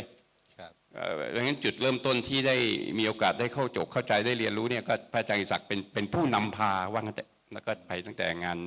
ประจำจาริกใช่ไหมครับแล้วหลังนั้นก็เพราะฉะนั้นผมเข้ามาในช่วงที่ผมเข้าใจว่ามีเหตุการณ์สำคัญแล้วเกิดคพชนแล้วเกิดเครือข่ายได้สักปี2 ปีแล้วแต่ว่าผมได้ยินวันนั้นผมทึ่งชื่อผมเข้าใจผิดหรือเปล่าตอนนั้นชื่อเรียกกันว่าเครือข่ายพระสงฆ์เพื่อคนจนทำนองนี้ผมรู้สึกมันจะมาในยุคที่เป็นยุคสมัชชาคนจนด้วยคือผมก็ตื่นเต้นนะผมมีความรู้สึกตื่นเต้นว่าน่าสนใจแล้วก็ชวนกันเกินไปที่สวนดอกครับอาจารย์จากนั้นก็เป็นสถาบันพุทธก็ได้เจอพระอาจารย์สมคิดเจอพระอาจารย์สมุเจอพระมหายินสอนใช่ไหมครับแล้วก็เจอรุ่นลุงหมายเจอรุ่นจริงๆรุ่นแรกรุ่นบุกเบิกที่ผมมีโอกาสได้เรียนรู้นะครับต้องบอกอย่างนี้ทีนี้ผมไม่ได้ติดตามมากนักแต่ว่าติดตามผ่านพี่หนันทวัชชัย จริงๆเรื่องราวกวจนไปยังไงโพธิอะไรไปยังไงผมมีโอกาสได้ผ่านแล้วก็เป็นบุญผมจริงๆเพราะว่าในสัก3-4 ครั้งในช่วงระหว่าง25 ปีเนี่ยถึงไม่ได้มีโอกาสได้ทำงานมากนักแต่ว่าพี่หนันทวัชชัยก็จะชวนผมแล้วก็มาที่นี่มาเจอพระมหาอินทร์สอนบ้างใช่ไหมครับแล้วก็มีโอกาสได้คุยกับเรียกอะไรนะงานลดงานเรื่องความเสี่ยงกับพระรุ่นใหม่ด้วยอะไรด้วยใช่ไหมครับอันนี้ก็มีโอกาสเดี๋ยวผมก็ถามไถ่ถึงพระอาจารย์หลายๆท่านโดยสรุปคือผมคิดอย่างนี้ฮะผมว่าเป็นเรื่องมหัศจรรย์นะไม่ใช่ธรรมดาที่อยู่มาเดี๋ยวยังคงมีความเป็นเครือข่ายอยู่ไม่ได้อันนี้ผมไม่ใช่ง่ายนักแม้แต่เวลาเราพูดเครือข่ายงานพัฒนาอื่นๆนะบางทีก็อาจจะหายไปแล้วก็มีหรืออาจจะต้องปลูกกันขึ้นมาใหม่ก็มีฟังเรื่องราวจากพระอาจารย์หลายท่านพูดเนี่ยสะท้อนเรื่องใหญ่มากเรื่องหนึ่งที่ผมอยากจะลองแลกเปลี่ยนดูก็คือเป็นความสามารถในการเรียนรู้ยกระดับและปรับตัวแล้วมันเป็นความจำเป็นจริงๆของทุกคนของทุกขบวนของทุกองค์กรแล้วผมอันนี้เป็นตัวอย่างแล้วผมไม่จริงๆนะครับไม่ค่อยจะได้ยินหรอกว่างานของพระอาจารย์หลายท่านเนี่ยไปพูดถึงการทำงานกับการลดการละเมิดสิทธิ์อย่างเงี้ยไม่ธรรมดานะอาจารย์ไม่ใช่ธรรมดานะอาจารย์นี่อาจจะเป็นที่มาว่าทำไมเขาเรียกพระ NGO ใช่ไหมแต่ว่าพระอาจารย์ฐานีพูดได้ทำให้ผมได้แง่คิดเลยคือว่าเพราะว่าเครือข่ายพระสงฆ์วนาเนี่ยมีคุณูปการสำคัญมากตรงที่ว่ามันไปลดอคติหรือความเข้าใจผิดหรือกรอบที่ถูกสร้างและครอบงำสังคมมาตลอดหรือทำให้ศักยภาพที่สำคัญมากในสังคมเนี่ยไม่ได้ปรากฏหรือไม่ได้แสดงศักยภาพผมว่าความรู้เนี่ยน่าสำคัญแล้วผมว่าโอ้โหอันนี้น่าถอดมากคือหมายถึงว่าถ้าเอาข้อจริงสิ่งที่คปชนเป็นตอนนี้เนี่ยกำลังเป็นไม่ใช่เรื่อง25 ปีที่แล้วนะแต่ความใหม่ของมันคือความรู้ที่มีวันนี้เนี่ยมันกำลังรับใช้กับสังคมที่กำลังเจอกันในอนาคตผมก็เลยคิดว่าโอ้โหนี่ทำยังไงจะทำให้ผู้คนอีกมากมายจะสามารถมาได้ยินแบบผมเอางี้ก่อนมาได้ยินแบบผมมาเข้าใจแบบผมเนี่ยผมว่าอันนี้ก็อาจจะเป็นงานในอนาคตและท้ายที่สุดที่กำลังไปอยู่ในห้องข้างล่างแล้วก็เห็นการขับเคลื่อนเรื่องการศึกษาสำหรับผู้ยากลำบากผู้ด้อยโอกาสสำหรับเด็กที่เขามีข้อจำกัดมากๆสำหรับคือก้าวข้ามความบ้าคลั่งของรัฐชาติบ้าบอคอแตกเนี่ยไปได้เนี่ยผมคิดว่าอันนี้เป็นความรู้ใหม่มากจนกระทั่งอาจจะเป็นไปได้ว่ามีคนในสังคมต้องการเรียนเพื่อจะปลดไอ้ตัวอคติพวกนี้อีกมากมายผมก็เลยคิดว่าอยากสะท้อนแบบนี้ครับอาจารย์ครับขอบคุณครับได้คนมาช่วยแล้วครับ สบายใจผมอยากฟังคุณมนตรีแหมมีเวลาผมยังมีเวลาให้ถึง45 นาทีครับนะพระคุณเจ้านี่เดี๋ยวคุยกันต่อได้นะครับแต่ว่าพวกเราซึ่งเป็นคฤหัสถ์ญาติโยมที่มาเนี่ยก็อยากจะให้ได้มองย้อน ญาติโยมได้มองมาที่พระสงฆ์เนาะในฐานะที่พวกเราได้ทำหน้าที่สนับสนุนส่งเสริมเป็นกำลังใจอยู่เบื้องหลังเนี่ยเราเห็นอะไรอย่างไรบ้างครับเชิญครับ ก็กราบนมัสการพระคุณเจ้าทุกรูปนะครับวันนี้พี่น้องเพื่อนมิตรก็ได้ท่านได้กล่าวถึงประวัติศาสตร์บุคคลทั้งหลายก็เห็นภาพหมดนะครับ เพราะผมทำงานที่คณะกรรมการศาสนาเพื่อการพัฒนาปี2025นี่แหละ เป็นคอสอรุ่นน้องเป็นรุ่นสี่ เป็นรุ่นพี่นะก็มาอยู่ที่นั่นมันเป็นเรื่องบังเอิญหรือเปล่าไม่รู้นะครับมันมีครั้งสุดท้ายที่ได้ร่วมประชุมสัมมนาที่อสมมงสนิทปลายปี2027ครับเมื่อเร็วนี้คุณทวัชชัยโตศิตกุลส่งภาพนั้นมาให้เป็นภาพประวัติศาสตร์ครั้งสุดท้ายที่ผมได้ร่วมครั้งนั้นเป็นประชุมเรื่องชาวพุทธรุ่นใหม่สมเด็จก็ตั้งชื่อให้เป็นเสกียธรรมเรามาเป็นกลุ่มเสกียธรรมด้วยนะพระสงฆ์และช่วงนี้ผมมีโอกาสได้ไปอยู่กับอาจารย์สุรักษ์ต่อเนื่องเดือนมกรา7 วันเมื่อวานนี้ยังอยู่อาจารย์ไปลาอาจารย์ที่ว่ามาประชุมวันนี้อาจารย์ก็อวยพรอาจารย์ทราบว่ามีการประชุมของมีครับอาจารย์ก็ถามไปเถอะนะฮะและผมมีโอกาสได้ไปกราบสมเด็จพุทธโฆษาจารย์ปวิโสเมื่อเดือนสิงหาปี2567อาจารย์สุรักษ์และไปเล่าว่าตอนนี้ผมกลับมาทำงานที่มูลที่แสนโกเศษอีกครั้งหนึ่งและเป็นโครงการสร้างสรรค์ภูมินิเวศและสังคมลมณีนี้เป็นคำของสมเด็จนะครับสมเด็จปาฐกถาหมอประเวศนิมนต์สมเด็จปาฐกถาการพัฒนาที่ยั่งยืนในวาระอาจารย์สุรักษ์60 ปี2536หนังสือเล่มนั้นมาพิมพ์ใหม่ปี61เนี่ยภาคผนวกเขียนคำว่ารมณีและทุกครั้งท่านเจอใครท่านบอกทำรมณีกันนะทั้งวัดทั้งโรงเรียนทั้งบ้านทั้งสังคมทั้งองค์กรทั้งครอบครัวผมก็เลยน้อมเอาสิ่งนี้มาแล้วพบได้กราบท่านอีกครั้งหนึ่งวันที่5งานศพคุณแม่นินชวีเนี่ยท่านบอกจำโยมได้เนี่ยทำรมณีอย่าหยุดนะ อนุโมทนาสาธุก็เอาเป็นประมาณนี้ก่อนนะครับว่าผมเห็นพลังของผู้คนที่หลายคนบอกเราเป็นคนเล็กๆเนี่ยแหละมีพลังนะครับเราจะร่วมกันทำปัจจุบันที่จะส่งไปอนาคตผมยินดีในเวลาที่มีอยู่นี้ผมยินดีจะร่วมปรึกษาหารือร่วมคิดอ่านด้วยกันและร่วมมาปฏิบัติด้วยครับผมขอบคุณมากครับฟังแล้วชื่นใจนะเราเห็นมุมของความร่วมมือระหว่างพุทธบริษัทเพิ่มขึ้นเนาะฝ่ายญาติโยมก็ต้องหนุนนะครับฝ่ายพระเป็นผู้นำถือธงนำไปนะเราก็สนับสนุนนะครับทางฝั่งของสมาคมพัฒนาประชากรและชุมชนซึ่งตรงนี้ก็สำคัญนะในการที่ทำให้เราได้ทำงานกันมาโดยเฉพาะอย่างยิ่งในกลุ่มของคนพระสงฆ์ที่ทำงานด้าน HIV ด้านอะไรพวกนี้นะครับขอ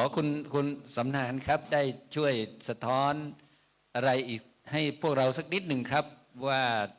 บทบาทพระสงฆ์การทำงานพัฒนาเนี่ยนะครับมีอะไรท้าทายแล้วว่าพวกเราจะช่วยสนับสนุนอะไรยังไงได้บ้างครับเชิญครับครับขอกราบนมัสการพระเถรานุเถระทุกท่านทุกรูปนะครับแล้วก็สวัสดีท่านผู้เข้าร่วมสัมมนาทุกท่านนะครับจริงๆแล้วต้องขอบคุณนะครับขอบพระคุณเป็นอย่างสูงเลยวันนี้ที่ให้ทางหน่วยงานของอาจารย์มีชัยวีระไวทยะนะครับที่ได้เข้ามาร่วมนะครับแลกเปลี่ยนเรียนรู้ด้วยกันนะครับวันนี้ฟังจากตั้งแต่เริ่มต้นเลยเนี่ยเล่าความหลังกันเนี่ยนะครับโอ้เป็นอะไรที่เป็นพลังนะครับเกิดขึ้นนะครับผมเองก็ทำงานกับอาจารย์มีชัยมาเนี่ยเข้าปีที่30แล้วนะครับก็วนเวียนอยู่ในแวดวงของนักพัฒนาเหมือนกันกับพวกท่านนี่แหละฮะทั้งหมดเลยนะครับเพราะฉะนั้นวันนี้ก็เป็นสิ่งที่ได้มาเรียนรู้ได้มาแลกเปลี่ยนนะครับแล้วก็ได้เห็นมุมมองอีกมุมมองหนึ่งที่เป็นบทบาทหน้าที่ของพระสงฆ์นะครับในการที่จะเข้ามามีบทบาทในเรื่องของการพัฒนานะครับ ไม่ใช่เฉพาะติดใจ แต่เป็นเรื่องของสังคมที่จะต้องกินอยู่อาศัย และก็ดำเนินชีวิตของประชาชนของชาวบ้านนะครับให้อยู่อย่างเป็นปกติสุขนะครับนั่นคือผมก็มองว่านั่นคือสิ่งที่เป็นบทบาทหน้าที่ของพระสงฆ์ที่ควรที่จะกระทำเหมือนกันนะครับเพราะฉะนั้นทางเราเองนะครับทำงานมาก็ปีนี้ก็ปีที่50แล้วนะครับหลายท่านก็คงจะทราบดีนะครับในส่วนของสมาคมนะครับเรามีศูนย์สาขาอยู่ทั่วประเทศนะครับที่ภาคเหนือก็จะมีที่เชียงรายเวียงป่าเป้านะครับเชียงใหม่ก็มีนะครับเชียงใหม่ก็มีนะครับอันนั้นก็คือเราทำงานนะครับตั้งแต่เรื่องโรคเอดส์พูดถึงเรื่องโรคเอดส์นึกถึงคำของอาจารย์วิชัยนะครับอาจารย์วิชัยเนี่ยนะครับท่านทำเรื่องโรคเอดส์มาแต่เบื้องต้นเลยนะครับแล้วก็ใช้หน่วยงานเราเนี่ยนะครับในภาคเหนือเนี่ยนะครับทำเรื่องโรคเอดส์กับเครือข่ายนะครับท่านเข้าไปหาแนวทางหาแนวร่วมตั้งแต่เข้าไปหารัฐมนตรีนะครับซึ่งรัฐมนตรีก็ปฏิเสธไม่อยากให้เปิดเผยเรื่องลูกเอดส์เพราะกลัวการท่องเที่ยวเสียหาย ท่านก็เลยไม่ไปหาที่อื่นใช้ทหารไปขอเวทีกองทัพไปขอวิทยุของกองทัพในเรื่องของการประชาสัมพันธ์สร้างพวกนี้ขึ้นมานะครับคงเอาไว้แค่นี้ก่อนเพราะว่าเดี๋ยวพรุ่งนี้น่าจะได้แลกเปลี่ยนกันมากขึ้นนะครับก็กล่าวขอบพระคุณเป็นอย่างสูงครับครับผมขอบคุณมากครับนี่ก็คือฝ่ายของญาติโยมนะที่เราจะช่วยกันขับเคลื่อนงานนะพัฒนานะครับโดยเฉพาะอย่างยิ่งก็คือว่าโรคภัยไข้เจ็บอะไรที่มันมากับเรื่องราวของคนนะครับที่มีพฤติกรรมแตกต่างกันไปเนี่ยก็สามารถที่จะคือพระสงฆ์ก็สามารถที่จะไปร่วมนะครับในการทำงานได้นะครับยิ่งเดี๋ยวนี้เราพระสงฆ์มีธรรมนูญสุขภาพพระสงฆ์เป็นกรอบอยู่หน่อยนึงเนี่ยเป็นกรอบอยู่ในระดับหนึ่งเนี่ยนะครับ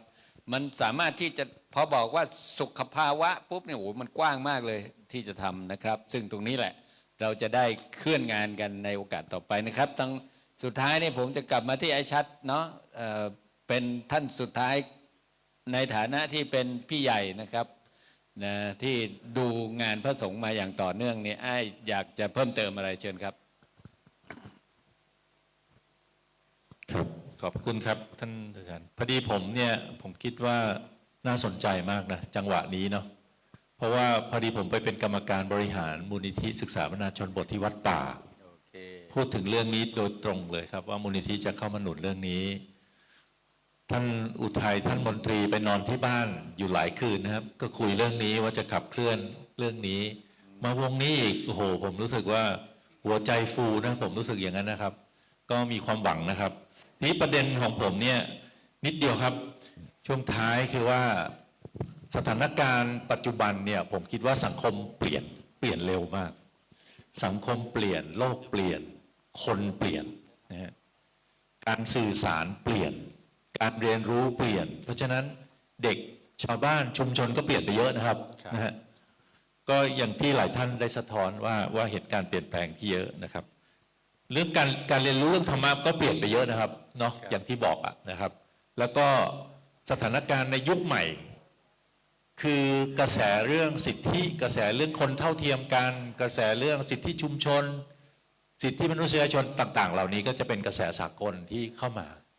เรื่องวิกฤตเรื่องโลกร้อนต่างๆที่จะเข้ามาผมคิดว่าสิ่งนี้ผมว่าในสายพุทธธรรมคงจะต้องดูต้องวิเคราะห์เหมือนกันนะเพราะฉะนั้นสิ่งที่จะท้าทายต่อไปในอนาคตเนี่ยผมอยากคุยนิดนึงครับประเด็นที่หนึ่งพอดีผมเตรียมมา 4-5 ข้ออยากคุยอยากแลกแล้วก็อยากจะร่วมแลกเปลี่ยนด้วยนะครับ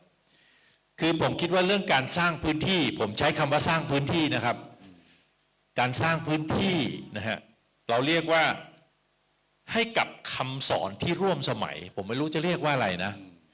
คำสอนที่ร่วมสมัยมันหมายถึงคุณค่าและความหมายใหม่ในสถานการณ์ปัจจุบันของคำว่าพุทธธรรมที่ไม่ได้ถูกครอบงำในแบบเดิมแบบขนบเดิมละแต่มันรับใช้สังคมปัจจุบันและอนาคตผมคิดว่าอันนี้เป็นอีกอันหนึ่งที่ผมคิดว่าเป็นเรื่องท้าทายที่เราจะต้องสร้างสรรค์ที่จะต้องช่วยกันคิดว่า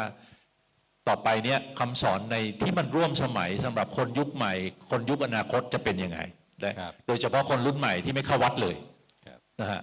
อันนี้เป็นผมว่าเป็นเรื่องใหญ่เรื่องที่หนึ่งนะฮะ อันที่สองก็คือการทำให้วัดเป็นพื้นที่สร้างสรรค์เป็นพื้นที่ลมณีใช่ไหมครับท่านมนตรี มีความสมบูรณ์มีความน่าเข้าไปม่วนเข้าไปแล้วม่วนนะฮะเข้าไปแล้วรู้สึกได้เรียนรู้เข้าไปแล้วรู้สึกได้นะฮะรวมไปถึงเรื่องชุมชนสร้างสรรค์คือชุมชนเนี่ยคงอยู่แบบเดิมไม่ได้แล้วในยุคปัจจุบันมันต้องมีการคิดค้นสร้างสรรค์ต่อยอดแล้วผมคิดว่าในสายของพระสงฆ์เนี่ยน่าจะช่วยได้เยอะช่วยกระเทาะช่วยตั้งคำถามช่วยทำให้เกิดการต่อยอดนะครับเรื่องการสร้างพื้นที่สีเขียวอันนี้จำเป็นอย่างยิ่งเลยครับผมทำเรื่องฝุ่นควันเนี่ยนะครับชัดเจนเลยครับว่าปัญหาใหญ่คือโลกร้อนขึ้นเราจะเป็นต้องกลับมาที่ฐานธรรมชาติยังไงฐานธรรมชาติเป็นเรื่องใหญ่ที่จะต้องกลับมาแล้วก็สร้างสรรค์ความรู้เรื่องนี้นะครับอีกอันหนึ่งก็คือเรื่องการสืบสานเรื่องภูมิปัญญานะครับการภูมิปัญญาซึ่งผมหมายรวมถึงศาสนาและวัฒนธรรมด้วยนะครับภูมิปัญญาและศาสนาวัฒนธรรมทำยังไงจะให้มันสืบต่อสืบทอดอย่างลึกซึ้ง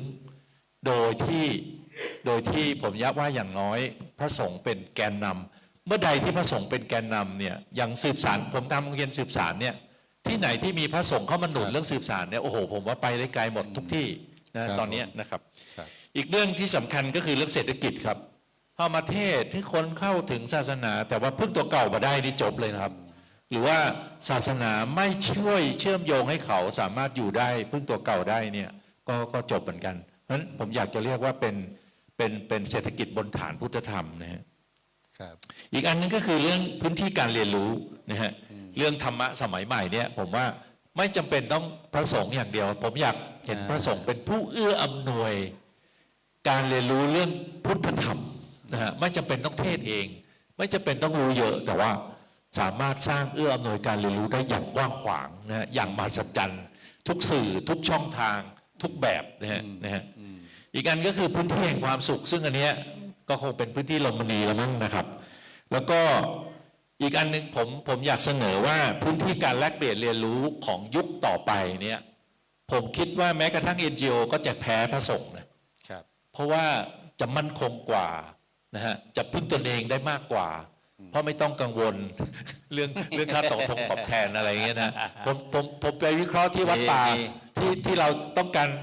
โอ้โหรับเจ้าหน้าที่คนหนึ่งโอ้โหใช้งบเยอะขนาดเลยไปขอทุกเจ้าทำงานเตอร์อีกเนาะรู้สึกว่าได้นะเพราะฉะนั้นผมอยากจะสร้างระบบเสนอระบบนะฮะซึ่งเป็นระบบของล้านนาซึ่งคลาสสิกมากผมอยากจะเรียกว่าเป็นหัววัดเติงกันหัววัดเติงกันเนี่ยทางนี้ทำอะไรดีไปหาไปเรียนเหมือนบักเก่านะไปหาท่านที่วัดกุคำเนี่ยวัดโป่งคำเนี่ยไปหาที่นั่นที่นี่ทุกท่านเป็นฐานการเรียนรู้ที่สำคัญทั้งหมดนะฮะผัดกันเป็นพระเอกผัดกันเป็นพระรองเอามื้อเอาวันกันนะในลักษณะหัววัดเติงกันเนี่ยผมคิดว่าทางเหนือเข้าไปได้แน่นอนเลยครับแล้วสุดท้ายเนี่ยผมคิดว่าอาจจะจำเป็นต้องมาร่วมกันสร้างพื้นที่การขับเคลื่อนทางสังคมผมอยากจะเรียกว่าสร้างเหตุปัจจัยทางสังคมใหม่ที่ทำให้คนถึงทำให้คนสร้างสังคมทำให้คนสร้างชุมชนอยู่เย็นเป็นสุขนะครับครับขอบคุณมากครับ ขอบคุณครับขอบคุณครับอาจารย์ครับแหมต้องขอสุมาภัยพระคุณเจ้านะครับฟังยิ่งฟังก็ยิ่งได้ความรู้ยิ่งได้อะไรคิดใหม่ๆเนาะที่เราจะเดินหน้าทำงานกันต่อไปได้นะครับนะซึ่งอาจจะยังบ่เลยเวลาด้วยนะครับฉันเพลเนาะก็ตอนนี้ได้มีเวลา10 นาทีครับพอนั่งปุ๊บนี่ฉันได้ยาวๆนะครับก็ผมขออนุญาตขอบคุณท่านพิธีกรทุกรูปท่านนะครับท่านผู้ได้มีร่วมแลกเปลี่ยนนะครับและผมขอจบการเสวนาคนบักเก่าเล่าความหลังไว้เพียงเท่านี้ขอบคุณครับขอบคุณอาจารย์บุญช่วยครับผมครับนะครับลำดับ